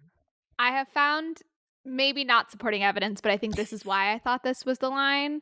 So this just says that in the 60s version, she's a brand new immigrant, but in this version, she's been there for longer. So I guess maybe I Oh. was interpreting that to mean Yeah. the 5 years was in New York, Mhm. but I totally could have heard the line wrong. So yes, we'll keep just talking about Bernard's relationship. to her. I like all of the added scenes and just like background you get with their all of the all of the Latinx all the Latin, all of the Puerto Rican relationships in this movie. And I like getting the Puerto Rican national anthem at the beginning. Oh I my thought that was god, really cool too. yes. And like Yeah. that's why I came out of this movie being like, yeah, it was great, but like really shocked at how good the book was to kind of Yeah. fill in all the missing pieces of the Yeah, story. I watched the 2021 version first, and then I later watched the 60s one again just to kind of review some changes. And when I was watching the 2021, at one point I wrote down in my notes, are these all new lines? Like there were a couple things that Yeah. are like, there are a couple lines from West Side Story that are like, you know, known. And so I remembered those, but a lot of it is not like most books of musicals aren't super memorable, right? Mhm. And everything felt so fresh and present while also being set in the 50s that I was like, I think Kushner might have just like thrown out the original book and started over essentially. Yeah. Because it felt very new while still being respectful to the Yeah. to the original. I mean, text, whatever. I for don't like the sure. original, so I Yeah. didn't care if it was respectful or not. But apparently the estate of the original book writer, Lawrence, Mhm. yeah. His estate manager was like, do whatever you want. You're good. So he like didn't have to comb through really carefully or Yeah. anything. And I felt like they were really smart changes. One of the changes I loved was to Tony and Maria. Do we want to transition to that, or do we feel like there's more to talk about with Bernardo? Well, I wanted to kind of close talking about the like Puerto Rican aspect of this film by specifically Yeah. talking about the new character of Valentina and how she is Oh, a okay. person who borders both worlds. Yes. Yes. So Valentina is a character made for this 2021 version. She's supposedly, one can assume, the widow of Doc, who is like the fill-in for the friar in Romeo and Juliet. If you're keeping track of how the story has changed from original Right. source to From now. If you've got your Shakespeare. Shakespeare open in Yeah. front of Yeah, if you you. have your Nortons or whatever. What was it called? Was it Norton? No. Norton, yeah. Yeah. So anyway, so she is the widow, but he was white and she is Puerto Rican. But I think she does really well in this role, and I actually really like that they give the song Somewhere to her. But I know that is Yeah. a point of contention for some people. Not for Molly, because she thought it was boring in the first one. So she's like, great. I both loved every change because it was a change, but also I have good reason to like. I have a real dramaturgical reason to love them giving her that song. But Adam, you give us the background first. But I also just really liked the idea that in this community in which we are supposedly saying that it's like you should stick to your own kind, there is this couple that made it and it worked and they had a wonderful life together. And I think it's really telling that like she took in Tony, and so he maybe has like changed because he's like seen a different side of things because of her guidance and like mentorship after he gets out of prison or whatever. Yeah. But I also think that it puts her in a very interesting piece for the scene in which Anita is assaulted. Yes. Because the moment in which, so Anita comes and she's supposed to give a piece of information to Tony. All of the Jets are there and they don't let her leave and end up sexually assaulting her. Or that is what is visually implied in the film. And in the original version, Also, they added a line that made it even clearer. Yeah. In the original version, obviously, it's Doc who comes in and shoos the boys off of her, and then she lies and says that Maria's dead. And in this version, it is Valentina filling in the role of Doc, and apparently all of her lines, Rita Moreno's lines, were the exact same lines that Doc says in the original film. So her lines did not change, but Anita's lines to her changed, in which she like calls her a traitor and tells her she's not like Puerto Rican anymore. And that entire scene, coupled with the calling out of the fact that Anita is portrayed by an Afro-Latina woman and they call her like black in that scene, I just thought was like the most probably the most powerful moment of the film, because it was like consolidating all of these things and has bubbled up to this moment, and it gives Anita the change that in a quicker version, it gives her the change that Maria ends up having in like 10 more minutes, where Maria says she learns how to hate, and you can see Anita in that scene and being willing to like get rid of her dream of living in America, and like that this country is not what she thought it was, and like all of that is tied up in this like very powerful moment, I thought. Yeah, I think like the addition of the scene, like before going into the scene, knowing that this is a dark and grittier version of the original, I was literally having like palpitations about like, I don't want to see that Anita scene. I was like, if what I know about this movie, people saying that she is great, that usually is a flag for like, okay, probably something really traumatic happens to her in a movie that she has to like really perform it well. So I'm like, okay, that doesn't bode well for me. I just like was really dreading it. And when it got there, I felt like there was so much happening around it and like the circumstances in that whole scene that like I got it without them having to actively like show anything more graphic than what they did. Like they had the girls from the Jets also there when they get like kicked out, and they get kicked out because they try to stop it, and they're like yelling from the doors for Riff and the other boys to not do that. The whole scene is so good. Like in the way that it's like very impactful. Yes, that I was like, okay, there's that Rita Moreno performing the role of Doc. I was like, I think it'll be whatever it is, it will be done in a way that would be like obviously respectful, and obviously like poignant at the same time. Like they will show you things not to be like gratuitous or graphic. They will show you enough to like get the message in like an art in a way that, you know, is artistically also like well made. So I was like, okay. So that when it finally happened, yeah, it was such a like a volcano of so many things that have built up to like the tension between Valentina with the rest of the community, both the Puerto Ricans and like the Jets. Like Anita's obviously like, you know, whole terrible, not so good, horrible, bad day of her just like experiencing so many things, and also just like the last grasp of feeling of of control for the Jets, because after this moment and after Valentina basically says like you're done, they are fully like, yeah, we are literally done, there's nothing left. I think, Adam, you said that they were all the same lines, but I just didn't. I'll be honest, when I watched the 60s version, I didn't pay that close attention because I find it boring. But I think they added the line where she says like, you've grown up to be rapists, right? That struck me as like, I don't think that they included that in the original. Her scenes, her lines to Anita specifically, and like the Gotcha. breaking up, that sequence before Anita leaves basically is all of the same dialogue, is what I interpreted Yeah. from this note that says, Moreno described shooting the scene where Valentina saves Anita as particularly difficult due to her own well-documented experiences with sexual assault in Hollywood, as well as the surreal challenge of saving a character she played 6 decades prior. The scene was rehearsed with an intimacy coordinator to ensure DeBose's safety during the scene. Moreno, who recalled having a panic attack when she shot the same scene for the 1961 film, was surprised that such a position existed upon being told about it in a joint interview with her and DeBose. Which it should have existed when Rita Moreno was doing the part, obviously.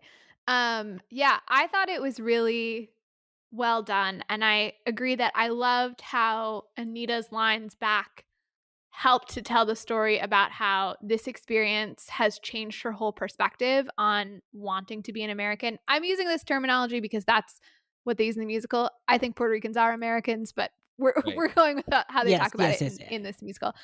And I thought it added to me, it gave her an additional like classic arc of you can tell the exact change that she makes. Whereas in the original, she's made a change because she decides to lie, where initially she's walking in to give this information to Tony. She's obviously willing to do this thing, I think for Maria, not for Tony, but she's willing to do this thing and put herself at risk. And in this version, not only does she change that sort of perspective of sort of an interpersonal way, but how it's also changed her perspective on what it means to live in Manhattan. Yeah. I thought that was really powerful. Yeah. And I just think in tying the like kind of Valentina bow on the whole conversation, if we want to talk about Somewhere, which is a song that is originally, well, in the original production, it's a dream ballet with like music, but in the 61 version, it's Tony and Maria sing it. And then they reprise it at the very end after he's been shot. And in this version, it is solely given to Valentina. And there was a part of me at first when the song started that I was like, oh, I don't know if I like this change. Yeah, because I felt like it was like the one thing that I was like, did we just give this to Rita Moreno because she's executive producing and she's like Rita Moreno and she won the Oscar? But once I thought about the song and what who her character is as like a mixed race marriage, and that she has lived in this community for this long and like actually believes in like the kids around her, and that's why she permits them to be in their shop, in her pharmacy or whatever, but also kind of this like beautiful, no one else who's above the age of, what are we saying Anita is like 25. No one above the age of 25 is allowed to like sing in this entire thing. So to give this like older wise character ostensibly like this beautiful song about hope for a better world in which the kids that she like loves and has watched grow up like can live in was so impactful and felt like this beautiful like prayer in a way. And the way it's performed is like she's very quiet as she sings it alone at the table, and it was like sung live like while they were shooting. And I just the more I think about it, the more I love the change that they made for it, because I just thought it was so much more resonant with what the song is actually saying. It's not just kids hoping that like someday it's going to get better, but like someone looking at everything around them and still being in an age where it's easy to just be cynical and still hoping for the best for especially them. As a person who's like, I also went through this already, and it's also disheartening that it's still not better. Yeah. There's a time for us, someday a time for us, time together with time to spare, time to learn, time to care, someday. Somewhere we'll find a new way of living.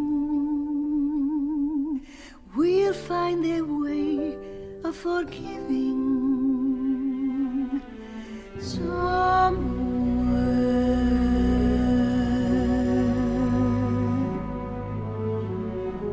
There's a I agree that I think what it gives is this idea that prejudice is like a long-running historical generational issue because she's looking back at her experience and seeing it hasn't yet changed. Even that she clearly had hope that it would be different by the time that Tony was his age, but it's not. And yet she does hold out hope that there is a future in which it might change.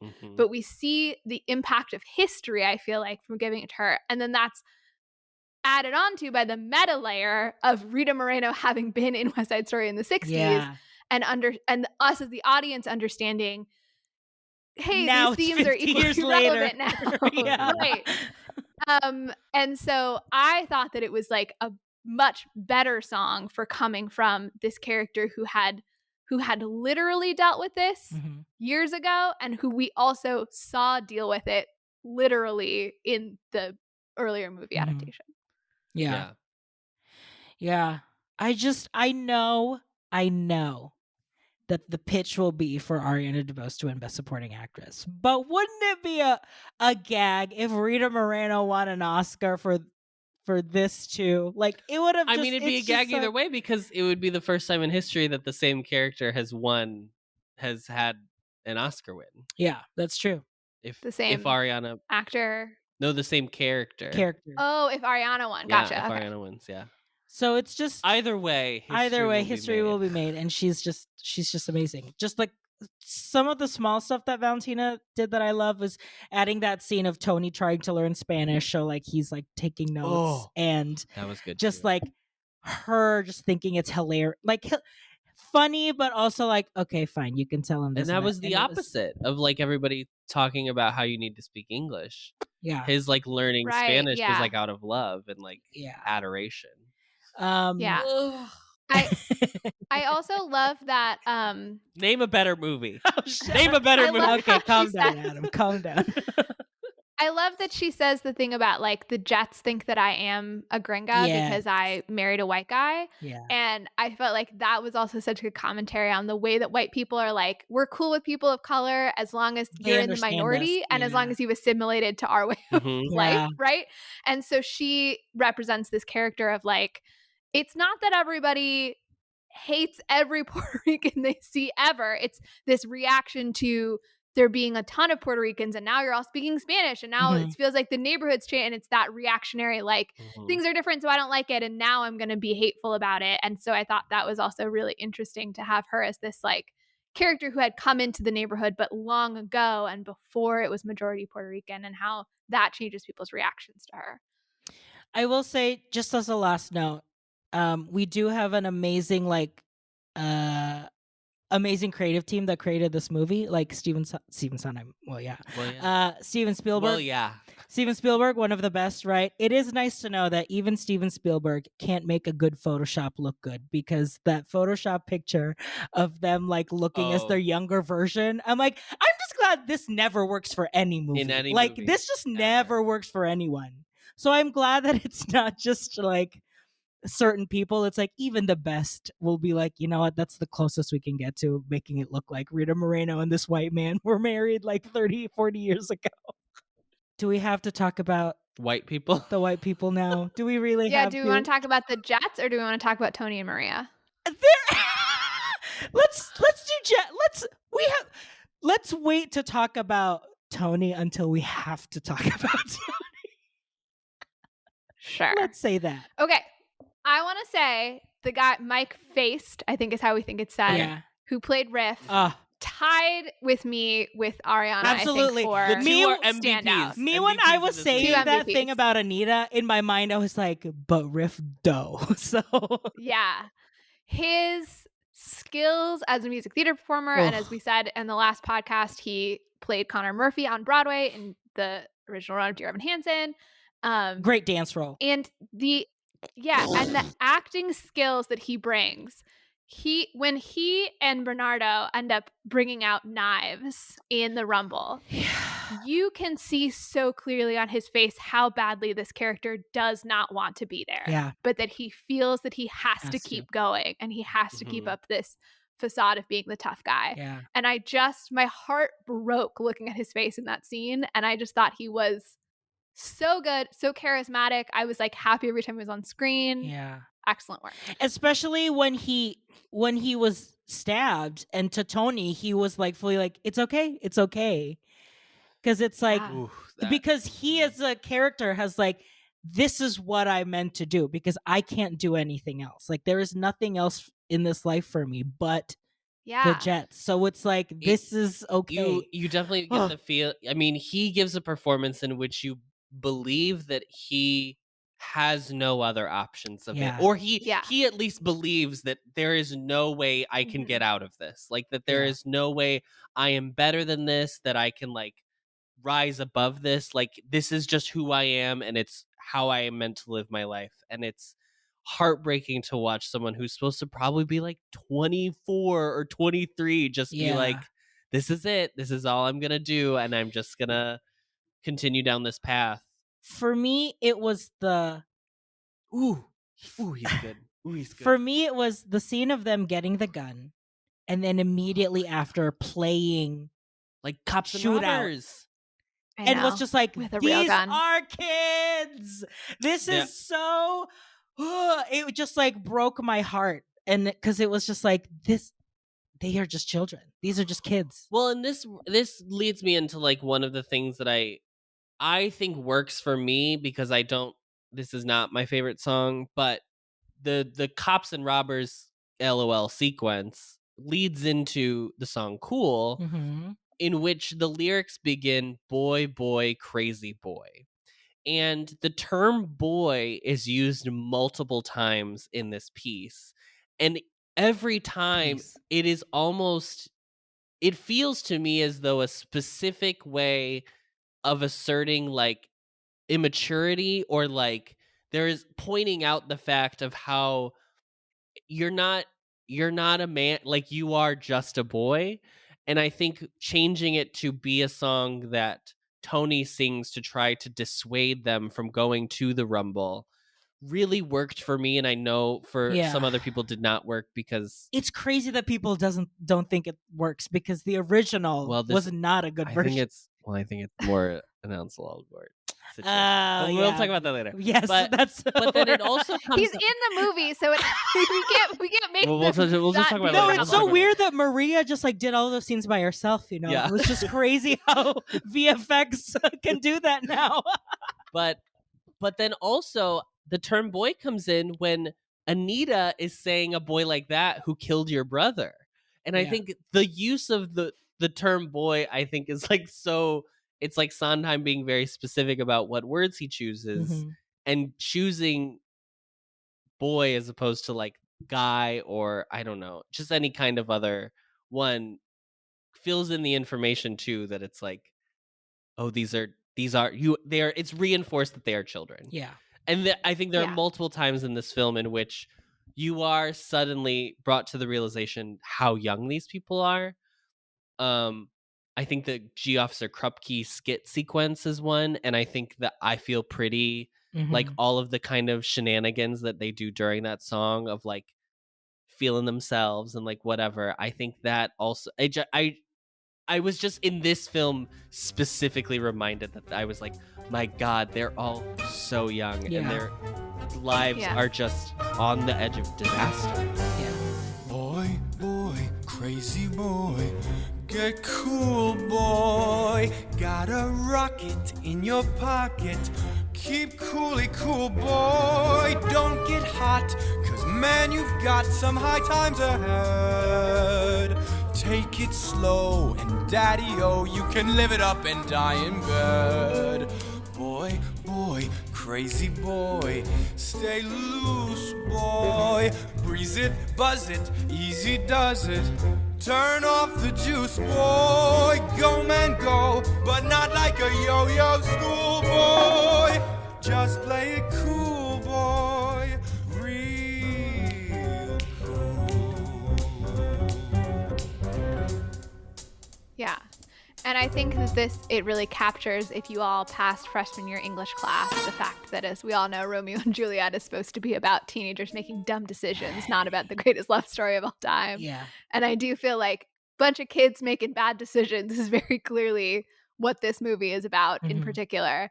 I want to talk about how they try to make the racism of the Jets somewhat sympathetic and my mixed feelings about it. I felt like they so didn't. Interesting. Oh, okay. Well, let me present my feelings. Yeah. So, not Officer Krupke, but do we know the name of the cop that's like above Krupke? Sergeant something. He played Buzz Aldrin in First Man. Yeah, he played Buzz Aldrin. Cool. He's Ant-Man's first enemy in the first Ant-Man movie. I don't think she Corey cares Stoll. about any of this. Yeah. I don't care about any of this context. He is the genuinely threatening police presence. Oh, he's not even a sergeant. He's a lieutenant. Lieutenant Schrank. Lieutenant Schrank. Schrank. Okay, so Schrank has this line to the Jets in the first scene about them being the last of the can't make it Caucasians, which I think we referenced earlier in the podcast as well. And it is accurate, but it also bothers me a little bit that I was like, you would not have this viewpoint in 1957. Like, this is very like 2021. We're looking back at it. Like, you wouldn't this is just have the happening. context to say that at the time. Yeah. But it's made very clear, I feel, especially in this version, of how these are ethnic whites, by which I mean people who are like Italian, Irish communities where when they first moved to America, they weren't considered white, but then they gradually became assimilated into being white. And yeah, Polish, that came up. I didn't realize that was in the original one because I didn't pay attention. But then they use an offensive term for Polish people in this version. And I went back and watched the 60s version. I was like, oh, they use that word a lot in the original. I just didn't know what it meant when I was a kid. Oh, no.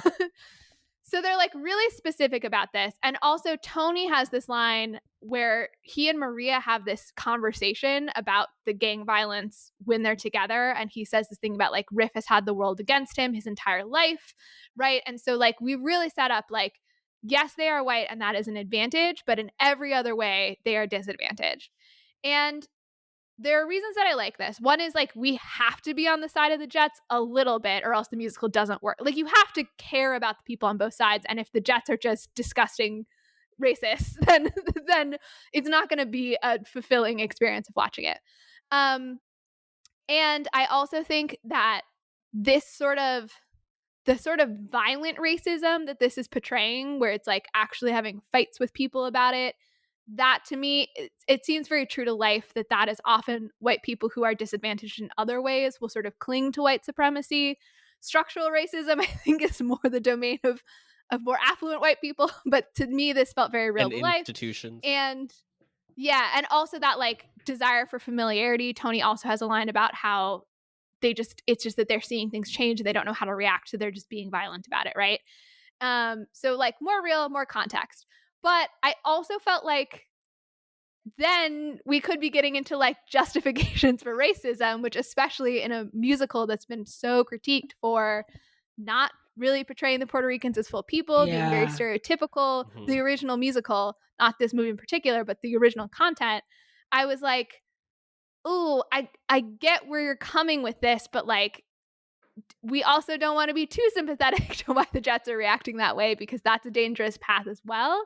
So I don't know quite how to feel about the way that they handled that. I do think that by ending the Jets story the way it does with Anita's assault, I do think that like there is still a sense of they know that they can do the right thing, but there is still something that they will choose not to do the right thing.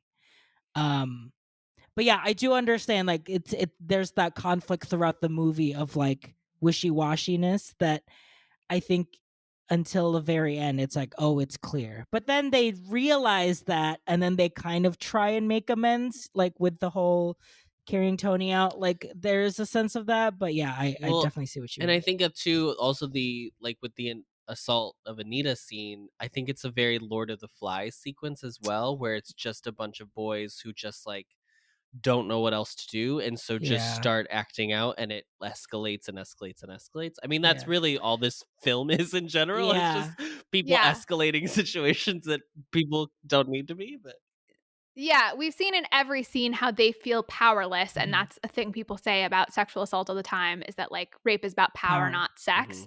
And so I do see how again, so now I'm being sympathetic about rapists. I know it's hard. It's hard. I get it. I get it, rapists. I get it. I see where it's going in terms of like they feel that they have no power. I mean, they've had this rumble and their leader was killed and they just like feel totally backed into a corner. Yeah. And the only thing they feel like they can do to feel powerful is to assault this woman, right?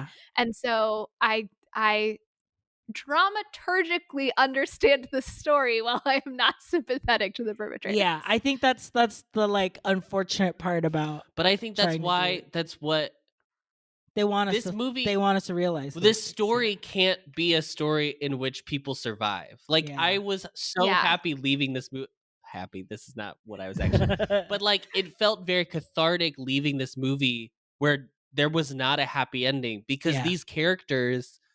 Maybe Tony and Maria are well, not even Tony because he does kill somebody. So like Maria is the only person in this movie of the main characters that like deserves a happy ending, and it's heartbreaking watching her not get it.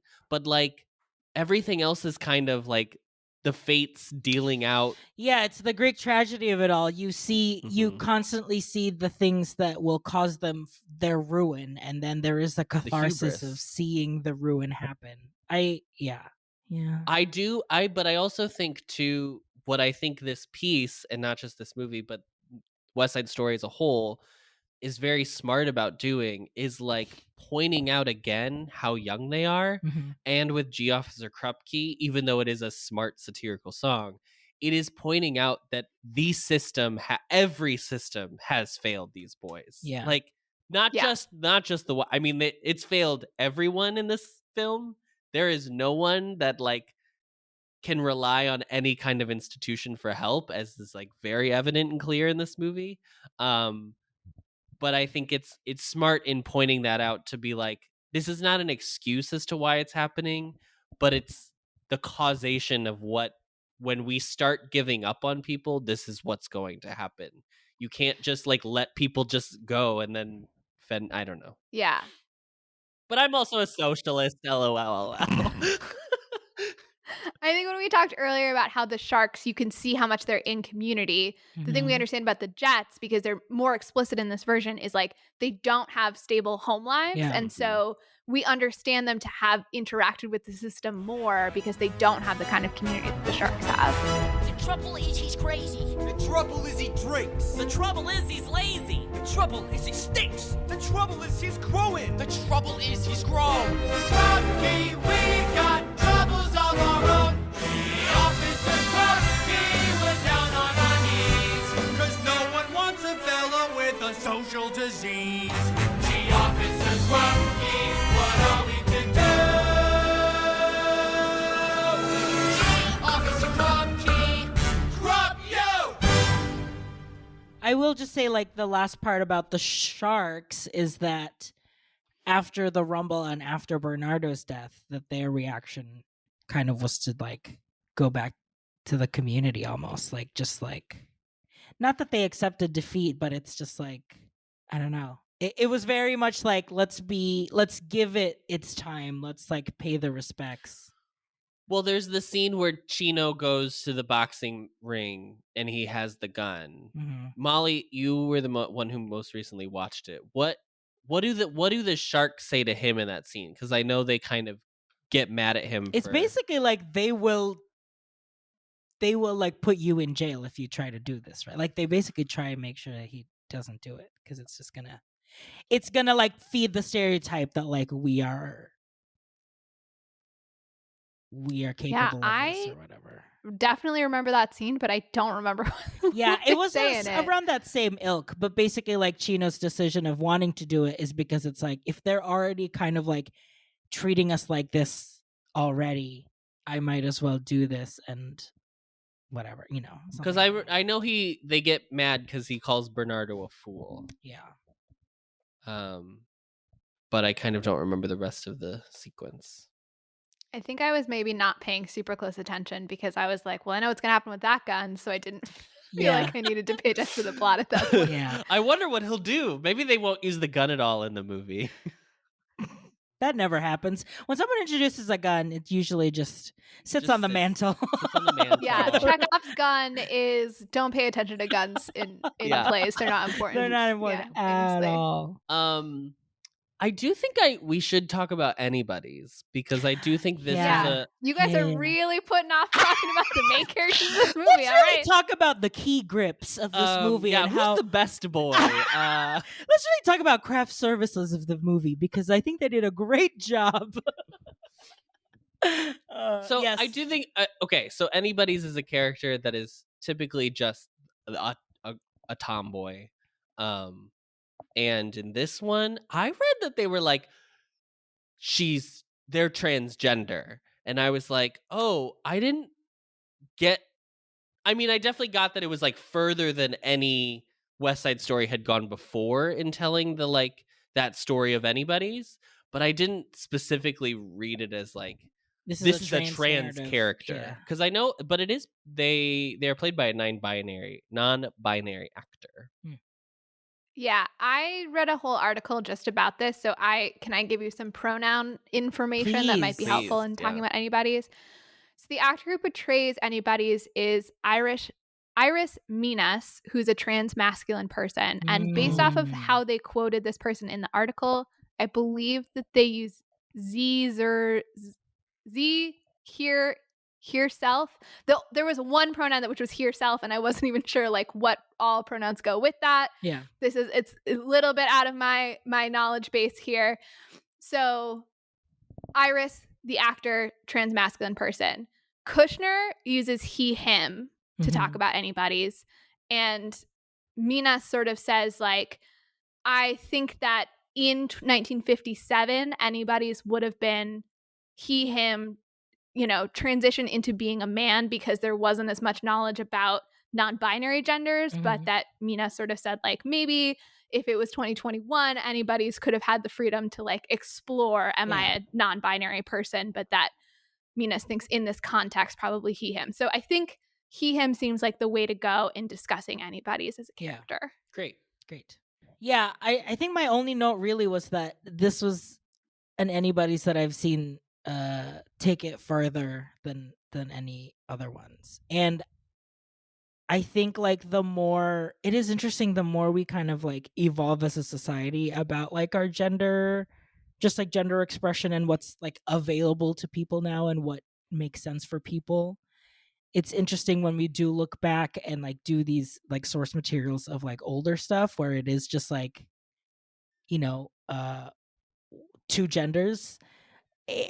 And the entire time I kept fearing for Anybody's life the entire time, because there was also a sense of like what they did to Anita is like what could easily be done to Anybody's at any given moment. Like I was fully like on pins and needles every time they like anybody showed up, because I was like, this could be the time where they really like kind of like violate Anybody's. Yeah, because he's so like they so aggressively deny Anybody's entrance to the gang. It's like, so clear that they're very hostile. Tony is like really the only one that kind of like shows any kind of kindness, or even I don't know, kindness is word, just like decency, I guess.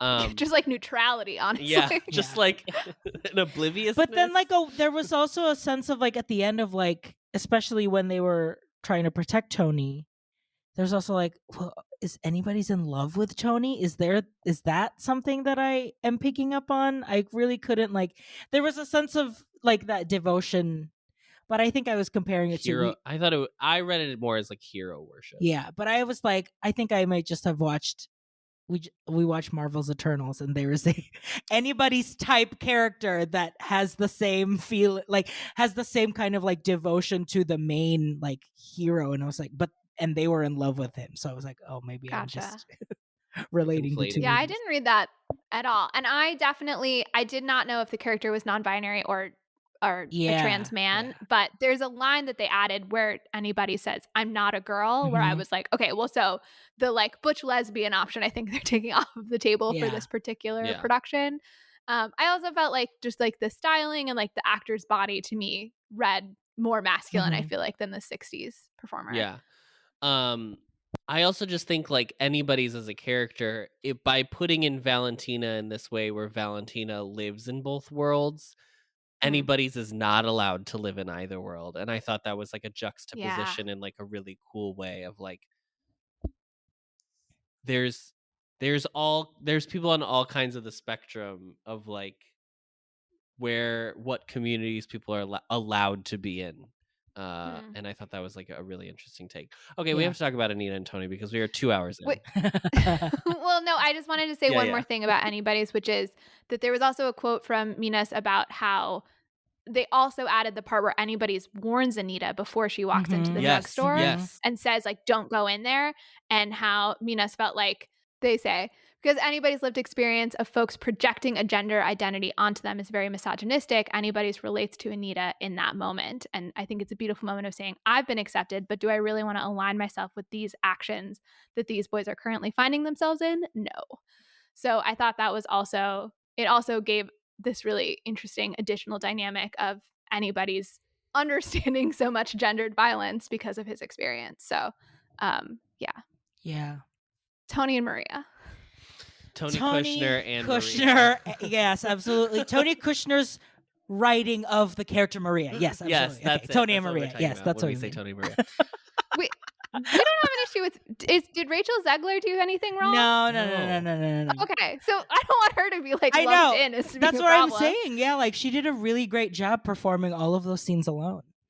Okay, Okay, we have context for the yeah, we listeners. have Let's to. explain. Yeah, Molly, tell us what Ansel Elgort allegedly is accused of. I didn't research super specific, but there have been multiple women who have accused Elgort of sexually assaulting them. And so he is an alleged sexual predator.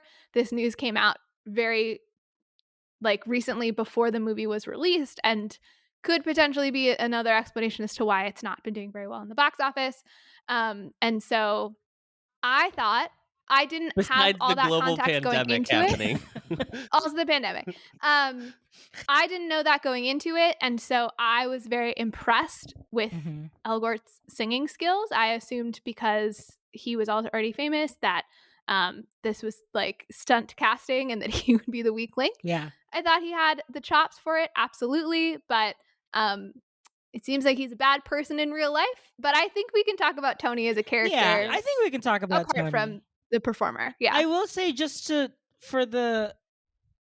I had always known that like Tony as a character in the story is like what I'm not invested in West Side Story. I am fully focused on Maria and Anita and like everything else around them. So like I already had the expectation coming in to be like, I'm not gonna expect a lot from Tony. And Tony's so like a drip. Tony's a drip. I will say he's in it a lot. Yeah. I will say by adding the context of Tony being like incarcerated and like adding that context of him almost coming very close to killing someone, to be like, I know what that feels like. I have that access. That is why I'm saying, Riff, don't do this anymore. Let it go. Let the Jets go.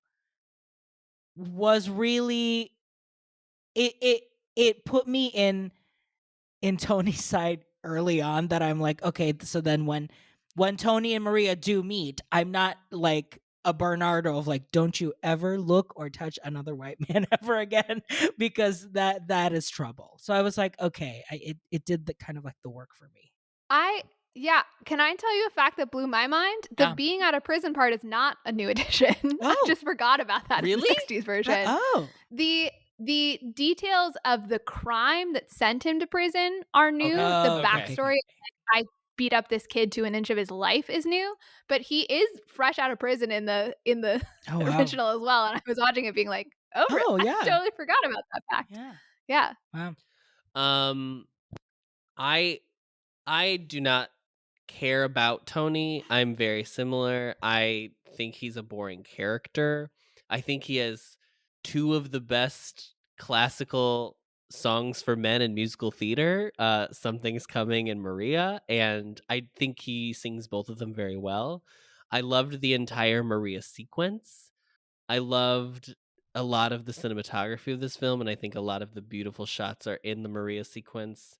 And Sondheim, I think in his first book, I think Finishing the Hat, is Finishing the Hat, he talks about writing for West Side Story, and I think it's in that one where he talks about how like it's almost like a prayer. Like Maria is Maria, but it's also Maria in terms of like a prayer to like Mary, and like to Mary. there's like this beautiful both and yes and to both of those, and I thought this version captured that like that moment of being like newly in love with someone where that's like all you can think about, but also this like it's more than that in a beautiful way. I don't know how to explain it. I think I sound like a crazy person, but I mean, you've proven it in these past 2 hours. Thank you. Yeah. I want to talk a little bit more about the prison stuff because, like I said, they did add this backstory of like I almost killed a kid and I really regret it. And I feel like the problem I have with both versions of Tony, both the 60s version and this version, is I do not believe that either of these men have ever punched a single person in the face. And I thought that the idea of like, oh, I have this violent past and I'm choosing to suppress it is really interesting. And now I really want to see a version of Tony where you feel like you see that violence underneath and that it could bubble up at any moment. Yeah. And obviously we do see it actually happen because he does kill Bernardo, but that feels such like a momentary shift that reflects nothing else in his character. And I would love to see a version of Tony where you're like, maybe a little worried for Maria because you're like, should she trust this guy? He does seem like he could do bad things. So whoever is doing West Side Story 40 years from now, we want a himbo Tony. We want a Tony that is jacked and looks like could kill someone, but is so soft. I want Vin Diesel as Tony. God, he'd be so old. In 40 years, I want Vin Diesel as Tony. Yeah. An octogenarian West Side Story. Yeah. So I read a negative review of the film, which I super disagreed with, but I thought I would engage with their most interesting argument. So it's by a guy named Richard Brody.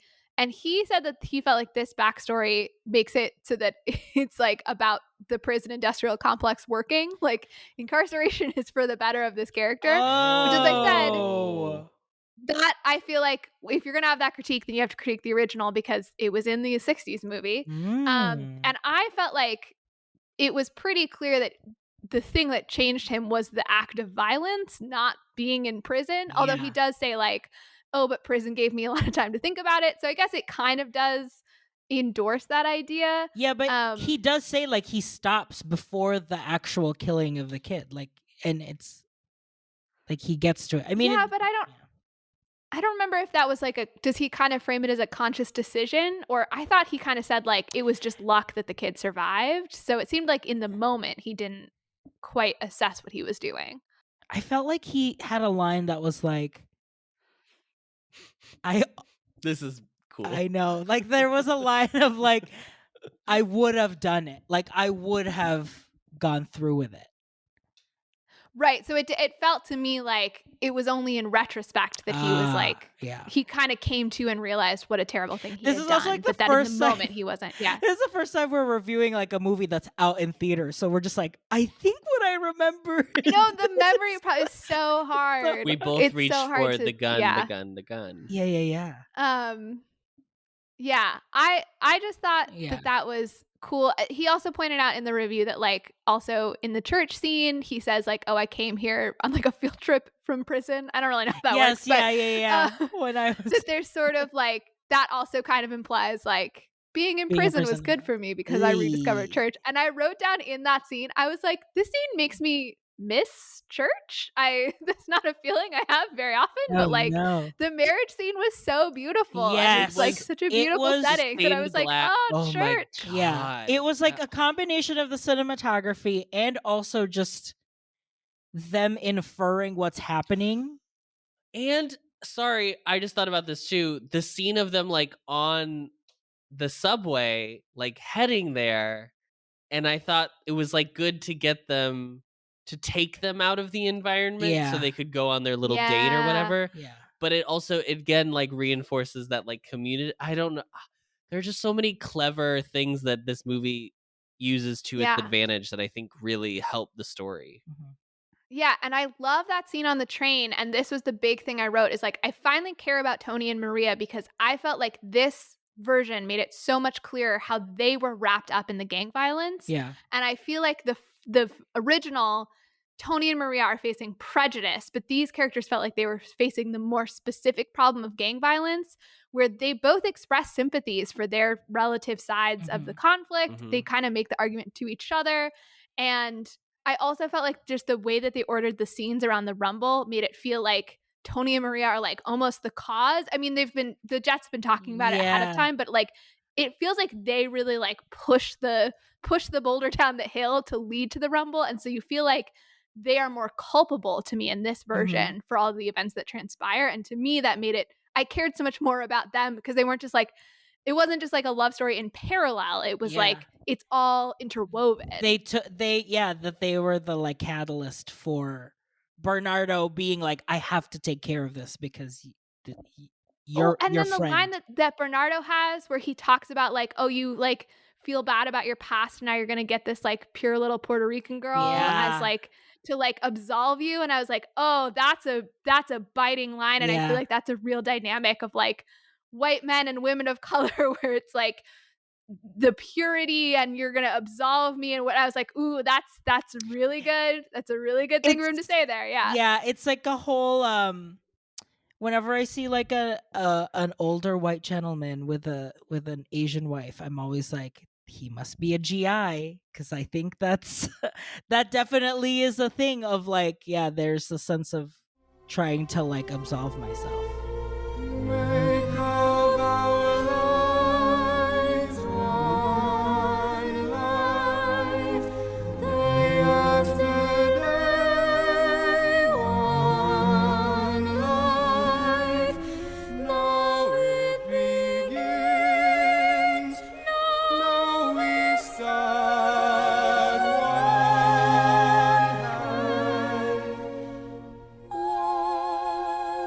heart.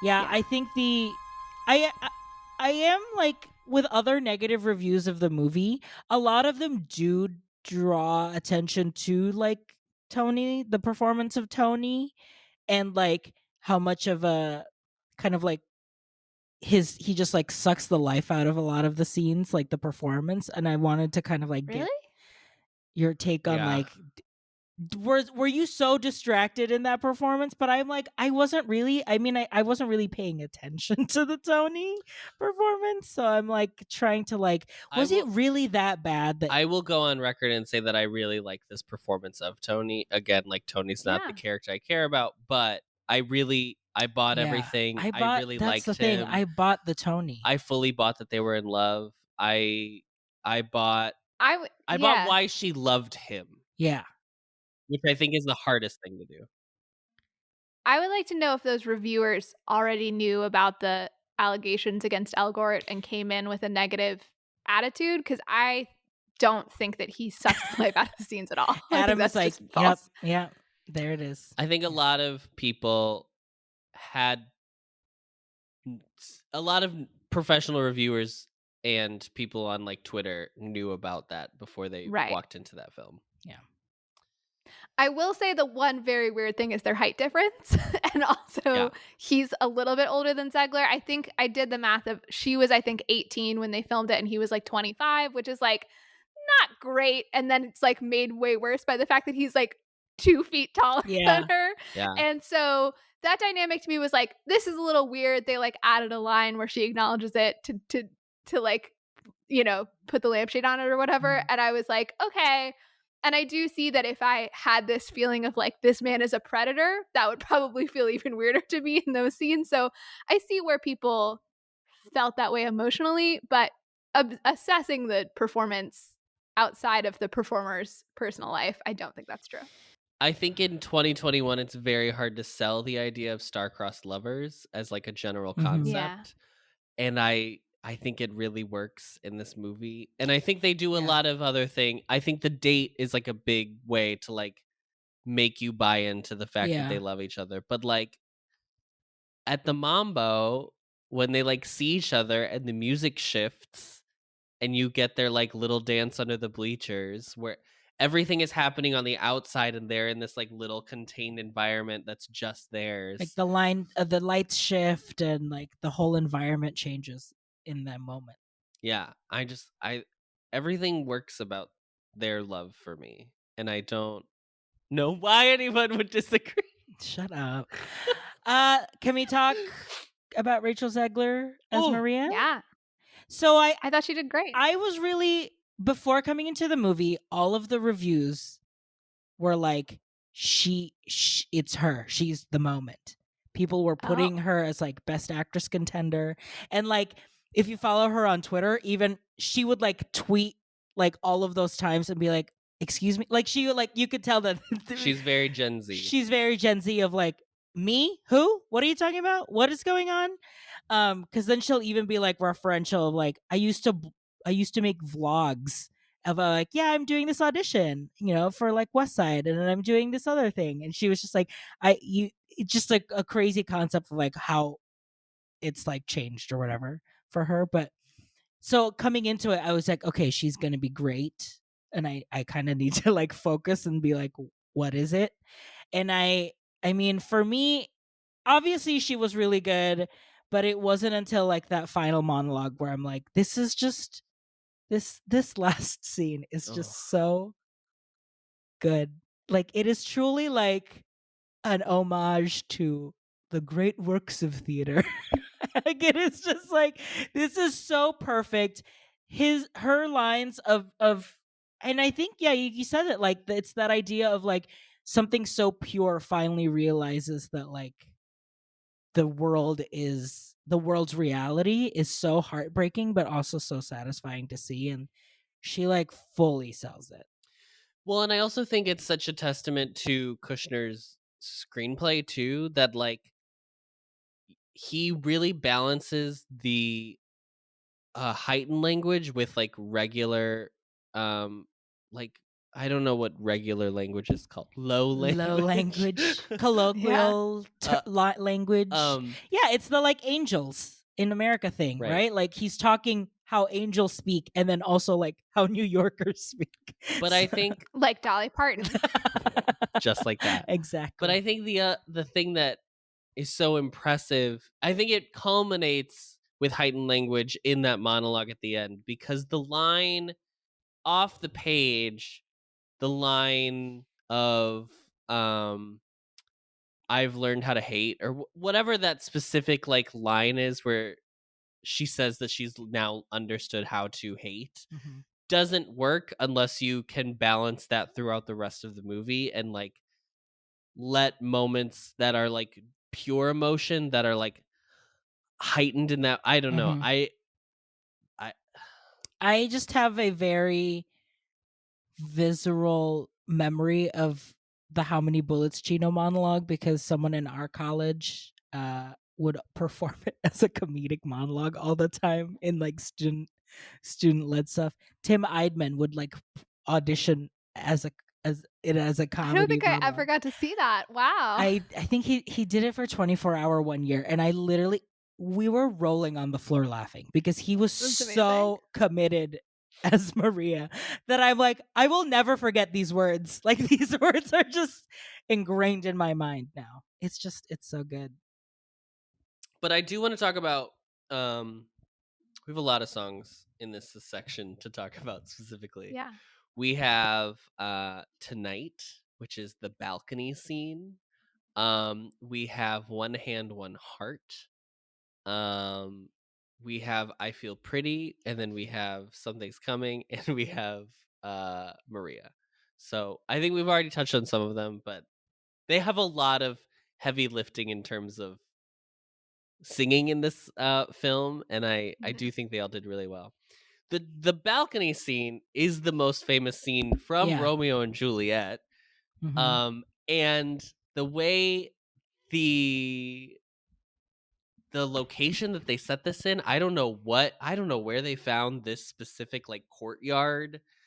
Just fire escapes And everywhere. there's fire escapes, and like they do the classic like hanging laundry thing that works really Yeah, well. it's But I will say very similar in the 60s version. Mm. I think they were trying to kind of recreate that yeah, set. but I also really liked like the where he like comes. He does he in the 60s version, does he like come over the bars to like meet her, and she like kind of like counters him? It's almost like Not yeah. There was more dynamic blocking Yeah. in Yes, the balcony yes. scene, I think, in this version. Yeah. I liked her kind of jumping away from him as almost to be she needed a barrier because she needed to know like she needed like protection, not protection, but like there had to be something between Again, them. yeah. It would be cool if Tony seemed more sort of like, like he could fly off the handle. Oh, there's so much potential to that idea. Yeah. Continue. Vin Diesel's Tony. Vin Diesel's production will be amazing. Amazing. But the scene of Tonight when they we didn't even talk about the quintet either. Jesus. What quintet? When they're on their way to the Rumble and everyone is singing. Yeah. The Act One finale. One Day More, but in Yes. West Side Story. Yeah. But in Tonight, I think that I just really enjoyed the levels at which like it would heighten and then it would like they would bring it down, and that's also like just in the score in general, but I thought it like worked really well. And that clip they keep using in the trailer where it's like her face like comes between the two steps on the fire escape, and she's just like it's just her big beautiful face with those huge brown eyes that are the size of saucers. Yeah. And you just And she goes, I've never seen you here before.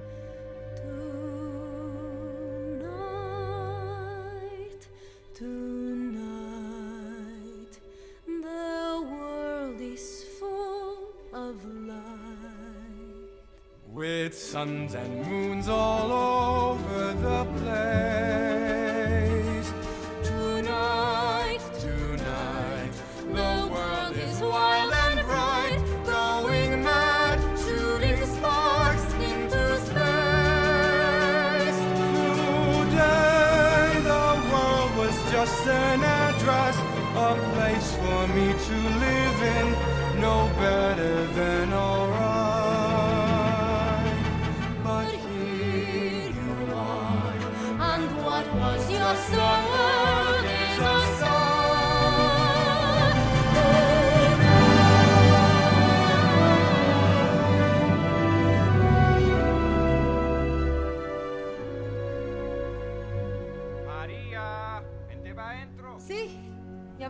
Good job, Spielberg. You did it again. Steve, we talked about Billy Elliot all grown up. Oh, we gotta throw it out there for Shrek. We gotta say thanks to Shrek. We gotta say thanks Brian Darcy James, who originated the role of Shrek. Officer Krupke. Officer Krupke. Yeah. Yeah. I know him as the dad from 13 Reasons Why, which is another callback to our last episode. Yeah, that's what I recognize him from. It's a funny role because he's like iconic because of that number, but he's not in the number. He doesn't really do much actually as a character, but he was good. I did like the staging of that number a lot. I loved the secretary who locked herself in just to be like, I'm gonna wait in here. I don't think she was a secretary. I think she was like also waiting to be got arrested. Oh. Yeah, I also took that as foreshadowing of Anita's assault, that she was like, I'm alone in a room with a bunch of men. I'm gonna lock myself in this cage before anything happens. There was a sense of like she like was trying very hard to be like, I don't care, these are just kids. And then there was a switch like as the song was ending of like, oh, this is scary. Like there was also the moment where they're like doing the number, and then you cut to her, like her watching them do the number, and Yeah. she's just like, what's happening? Which is very funny because like, what the fuck are they doing? Yeah. Fully doing an improv here. Like, all right, let's you be a judge now. All right. Setting. Just like my last notes are, I feel like a lot of the hesitation why people may not want to watch this, and if they love the first movie, like this is what a lot of what Adam had thought. It is doing so much like homage and respect to the original movie that if you do love it, you will love this one. Like the way that they built the shots, it reminded me of like older movies. Like there was a lot of like glamour, like just still shots of like the camera stays still, and then the actors are the one that's filling the action. Like there was a lot of that. The color adjustment of the whole film like felt like I was in that time period. I think like also like just the Jets and the Sharks. Like I didn't have Newsies like as my experience on Broadway, so this is like this is my Newsies experience of like, look at their bodies doing dance and like just sinewy bodies, just like fully like performing. Yeah, they capture the dance super well in this movie and our ongoing discussions of dance movies. Yeah. Yes, it was like a fully like, I never had that experience seeing Newsies live. I am having that experience watching this because let's be honest, a lot of the cast probably were in Newsies, so a lot of the Jets looked a little familiar. Newsish, yeah. The only thing that I think like when I texted my friend about how he liked it, he really liked the movie, but he was just like, at the end of the day, sometimes that story just kind of like, you know, like it's just crazy. Like it's kind of crazy that she sleeps with him after finding out her brother died. But I'm like, it's a Shakespeare. Not that her brother died. He murdered her brother. And then she sleeps with him for the first time. Yeah. It's like, you know what? It's Romeo. Well, at that moment, I was like, you know what? It's Romeo and Juliet. It's a Greek tragedy. So I guess let's just get through it. There is a fair bit of criticism that this movie has gotten about, not about anything artistically, but about, again, the representation of Puerto Ricans as like a culture, and the fact that yet again this movie doesn't have anybody who is not white on that like production team. Like they may have had consultants, but that doesn't mean that they like did the work. Yeah. Or were allowed to do the work, I should say. And so, I mean, just like that's something to be aware of. And in the American way of like, America colonized Puerto Rico and like inflicted itself upon Puerto Rico, and we still, even though they are a territory of America, they are still not treated as American citizens. And I think the movie and the story obviously tries to grapple with some of that, but I think canon does fall short of entirely wrapping its arms around what needs to be said in terms of like the American conversation about Puerto Rico. And Puerto Ricans live in a very liminal space. Yes. I'm gonna say I already have it linked to put in the show notes. I really recommend everyone read The Great West Side Story Debate, which was an article in the New York Times about a week ago, where they had 5 different people have just a conversation, and they basically transcribed it, debating whether or not this musical deserves to kind of still have its current place in the canon, considering its depiction of Puerto Ricans. And I felt like it was a really great, really nuanced debate, and I recommend everyone go read it.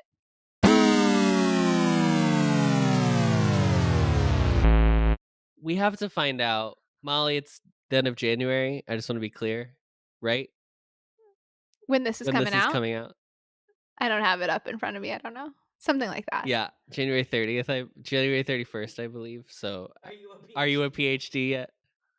No, Okay. it won't be So we till have the to know what the spring, like May. professionals are saying about this movie. Rotten Tomatoes gives us currently, as of again December 20th, it has a 92% rating on Rotten Tomatoes. It says Steven Spielberg's West Side Story presents a new look at the classic musical that lives up to its beloved forebear, and in some respects might even surpass it. David Sims at The Atlantic wrote Steven Spielberg's West Side Story is a charismatic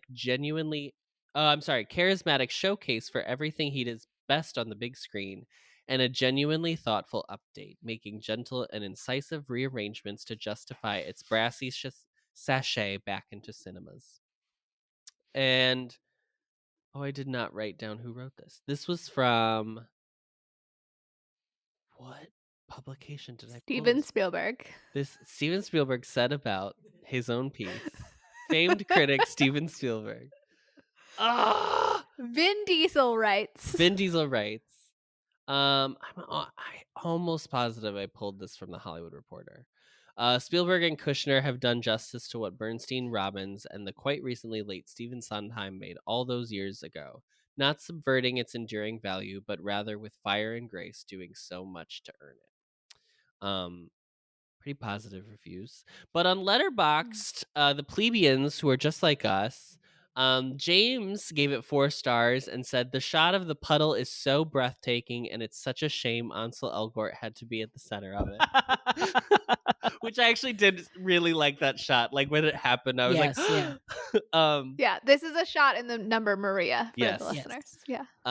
Claire gave it 5 stars and said, if my boyfriend killed my brother, he wouldn't get laid that night. But that's just me personally. And then finally, Kylo Ren says... Kylo Ren saw West Side Story. Kylo Ren saw West Side Story and says, okay, not cool. Steven Spielberg just stole this idea from the hit film Romeo and Juliet, and all he did was change the name. So stupid. Which is really dumb. And I am a person who did watch Romeo and Juliet in theaters. So Really? I sure did. Wow. Mm-hmm. Wow. Could you be... Is there a person that's so committed to the Romeo and Juliet story that they see all adaptations of it? There's a lot of it. I mean... There's a lot of the greatest love story ever told. Absolutely. Right, Molly? Don't you agree, Molly? My closer. So I read an article about the fact that movie musicals have been doing very poorly at the box office recently. And so I'm going to give the responsibility to this podcast and say, if you had to pick a classic golden age musical to revive in order to revive the entire genre of the movie musical, it's all on you. Which title are you picking to get those audiences back in those seats, baby? I want to say something very specific, though. When people say this about movie musicals, they are specifically referring to anything from Cats forward, aka anything basically during the pandemic. So I really hate that we still can't have like an actual it feels unfair to have a conversation about like how well any movie is doing when like literally there is an airborne disease happening around us at all times. But that's fine. I agree that it's unfair overall, but I think that there have been like superhero movies released that have done much better. So it's not like, and those are always going to get the same audience. I think even controlling for the pandemic. Yes. What this article that I read was saying was that they feel like general audiences are just not willing to show up for musicals. Musical theater people will, but not general audiences so much. But they were like, the genre is going to die. And I was like, I think we all know from the Hello Dolly episode that we've been saying that for a long time, and it just comes in cycles. So I'm not worried that we will never again see a movie musical if West Side Story continues to financially flop. But if we wanted to spark a new cycle as Chicago did back in the early 2000s, what musical do we want to pick to? Well, I guess I just want to make note we're not going? counting the tremendous success of Trolls World Tour as part of movie musicals, because I think the premise of my question is that we are taking a stage show. Okay. Oh, really? Oh, okay, fine. Because I was gonna say they should just go for it and they should remake what most people say is the greatest movie musical of all time and remake Singing in the Rain. Well, Steven said West Side Story or Singing in the Rain. Or Singing in the Rain. I'd love to see his version. I would love to see. You have to find someone who's just as charming as Debbie Reynolds, though, and that is so hard. Yeah. They would have she to was find a new one in person a again. million. Yeah. And they have to recast Rita Moreno again because she was also in Singing in the Rain, which I didn't realize until I was researching this movie. Wild. Yeah. What a career. What a career. Yeah. It's not a Golden Age musical, but I would love to see a new version of Fiddler on the Roof. Oh, it's. I shockingly loved the Fiddler on the Roof movie. And so I would love to see, like, honestly, a Steven Spielberg version of that. Like, you want to talk about tackling a real, tackling bigger problems. Woof. Yeah, let's do that. Yeah. I find that movie quite dry, but I obviously don't have the cultural connection to it. I also had to watch it recently because I taught that religious studies course, and we had to, there was a movie for every unit, and so the Judaism unit, it was Fiddler, and I was like, Crazy Nights I'm gonna have by these Adam songs Sandler. in my head for so long. Yeah. Yeah, I'd say Fiddler. I would like to see a Steven Spielberg Guys and Dolls. I think that's one that hasn't had a revival in a long time. Yeah, that would be good. I also think if you really want to get butts in seats, like if you're really worried about it, I think you redo Joel Schumacher's Phantom of the Opera from 2004 and you make an actually good version. I love that version because it came out at a time where I was like in 8th grade, so yeah, it's really important. A curious for me, gay. but I do realize that it is not a not flawed movie. I'll say that. Yeah. I want to say, because I wasn't on the pod when you did Phantom, that I also love that Phantom. I think it's great. Listen, we could always revisit. We could always, Well, if somebody remakes it, we'll have a there you perfect go. opportunity. My favorite bit from that episode is when Adam was like, "Hi, I'm the owner of the," basically like Patrick Wilson's character is just like, "Hi, I'm on the theater and hi, my name's Raoul. I'm the Vicomte de Shiny." Just straight up, no accent. Just as good as Natalie Wood's Spanish. I mean, there was. I will say, like, there was discourse of like people not believing Rachel Zegler's like Puerto Rican accent. I saw accent conversation as well. So, but I am not a dialectician to be like, yes, that is an accurate portrayal of a New York Puerto Rican accent. But I know that was also something. Well, she wouldn't be doing a New York Puerto Rican accent. She'd be doing like a straight up Puerto from Rican. the island. Yeah, Puerto that's Rican. true. It's 2 hours and 30 minutes. Friedrich is losing his mind. Look at him. He's just walking back and forth like, are y'all done yet? My God. Thank you so much for listening. Thank you for listening and enjoy the trailer for the next episode. Bye, RJ. Bye, Molly. Bye. Bye. Thank you for listening to the best revival of a podcast, Showgays. You can find us on social media. Adam is at Adam Noecker on Twitter. RJ is at RJ Food Rocks on Instagram. And Molly is at Molly Matiny on Instagram. This episode was edited and mixed by Adam Noecker. This has been an Ampliverse production. You can find our show page and more information at theampliverse.com. If you'd like to send us your own takes on the movie we just watched, reach out to us via email and we might read it aloud on the show. Our email is showgazemoviemusical@gmail.com. Don't forget to follow us on Apple Podcasts or wherever you find your podcasts. And as always, rate, review, and subscribe to help others find the show. And now, as always, the show must go on, so stick around to hear what we're going to be watching next episode. In a different place, in a different time, different people around me. I'm on my way to find the Wiz. He's gonna get me back home. Well, that's nice. Thank you. And good luck.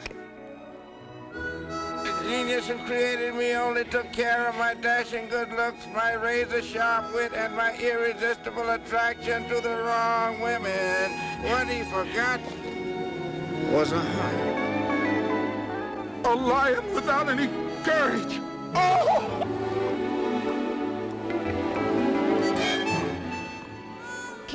us, sir? What's in it for me? We'd be very grateful.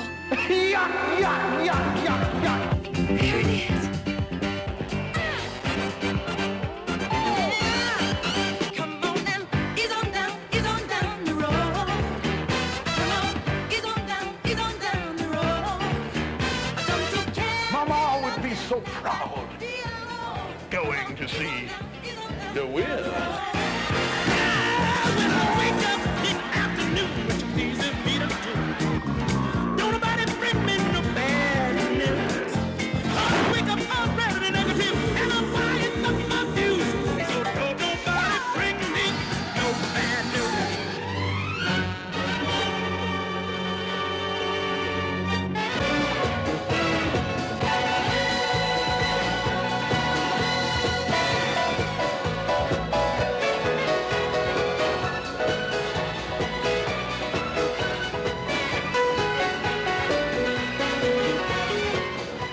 An announcement from the great and powerful Oz. Send up the one with the silver slippers.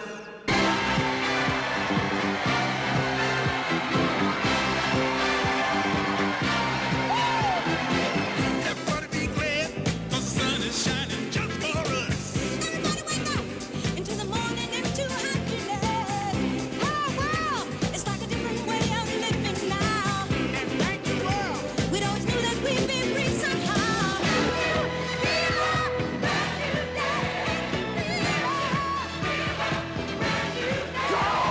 You wanted to meet the wizard.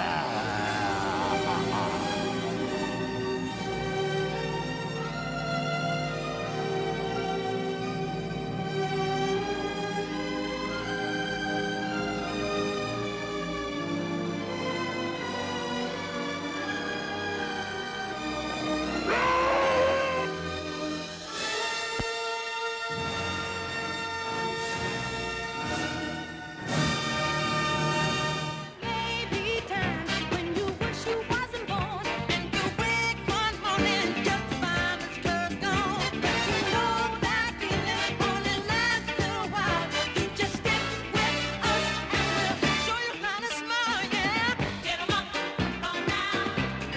Ease on down. Get 'em up, go down.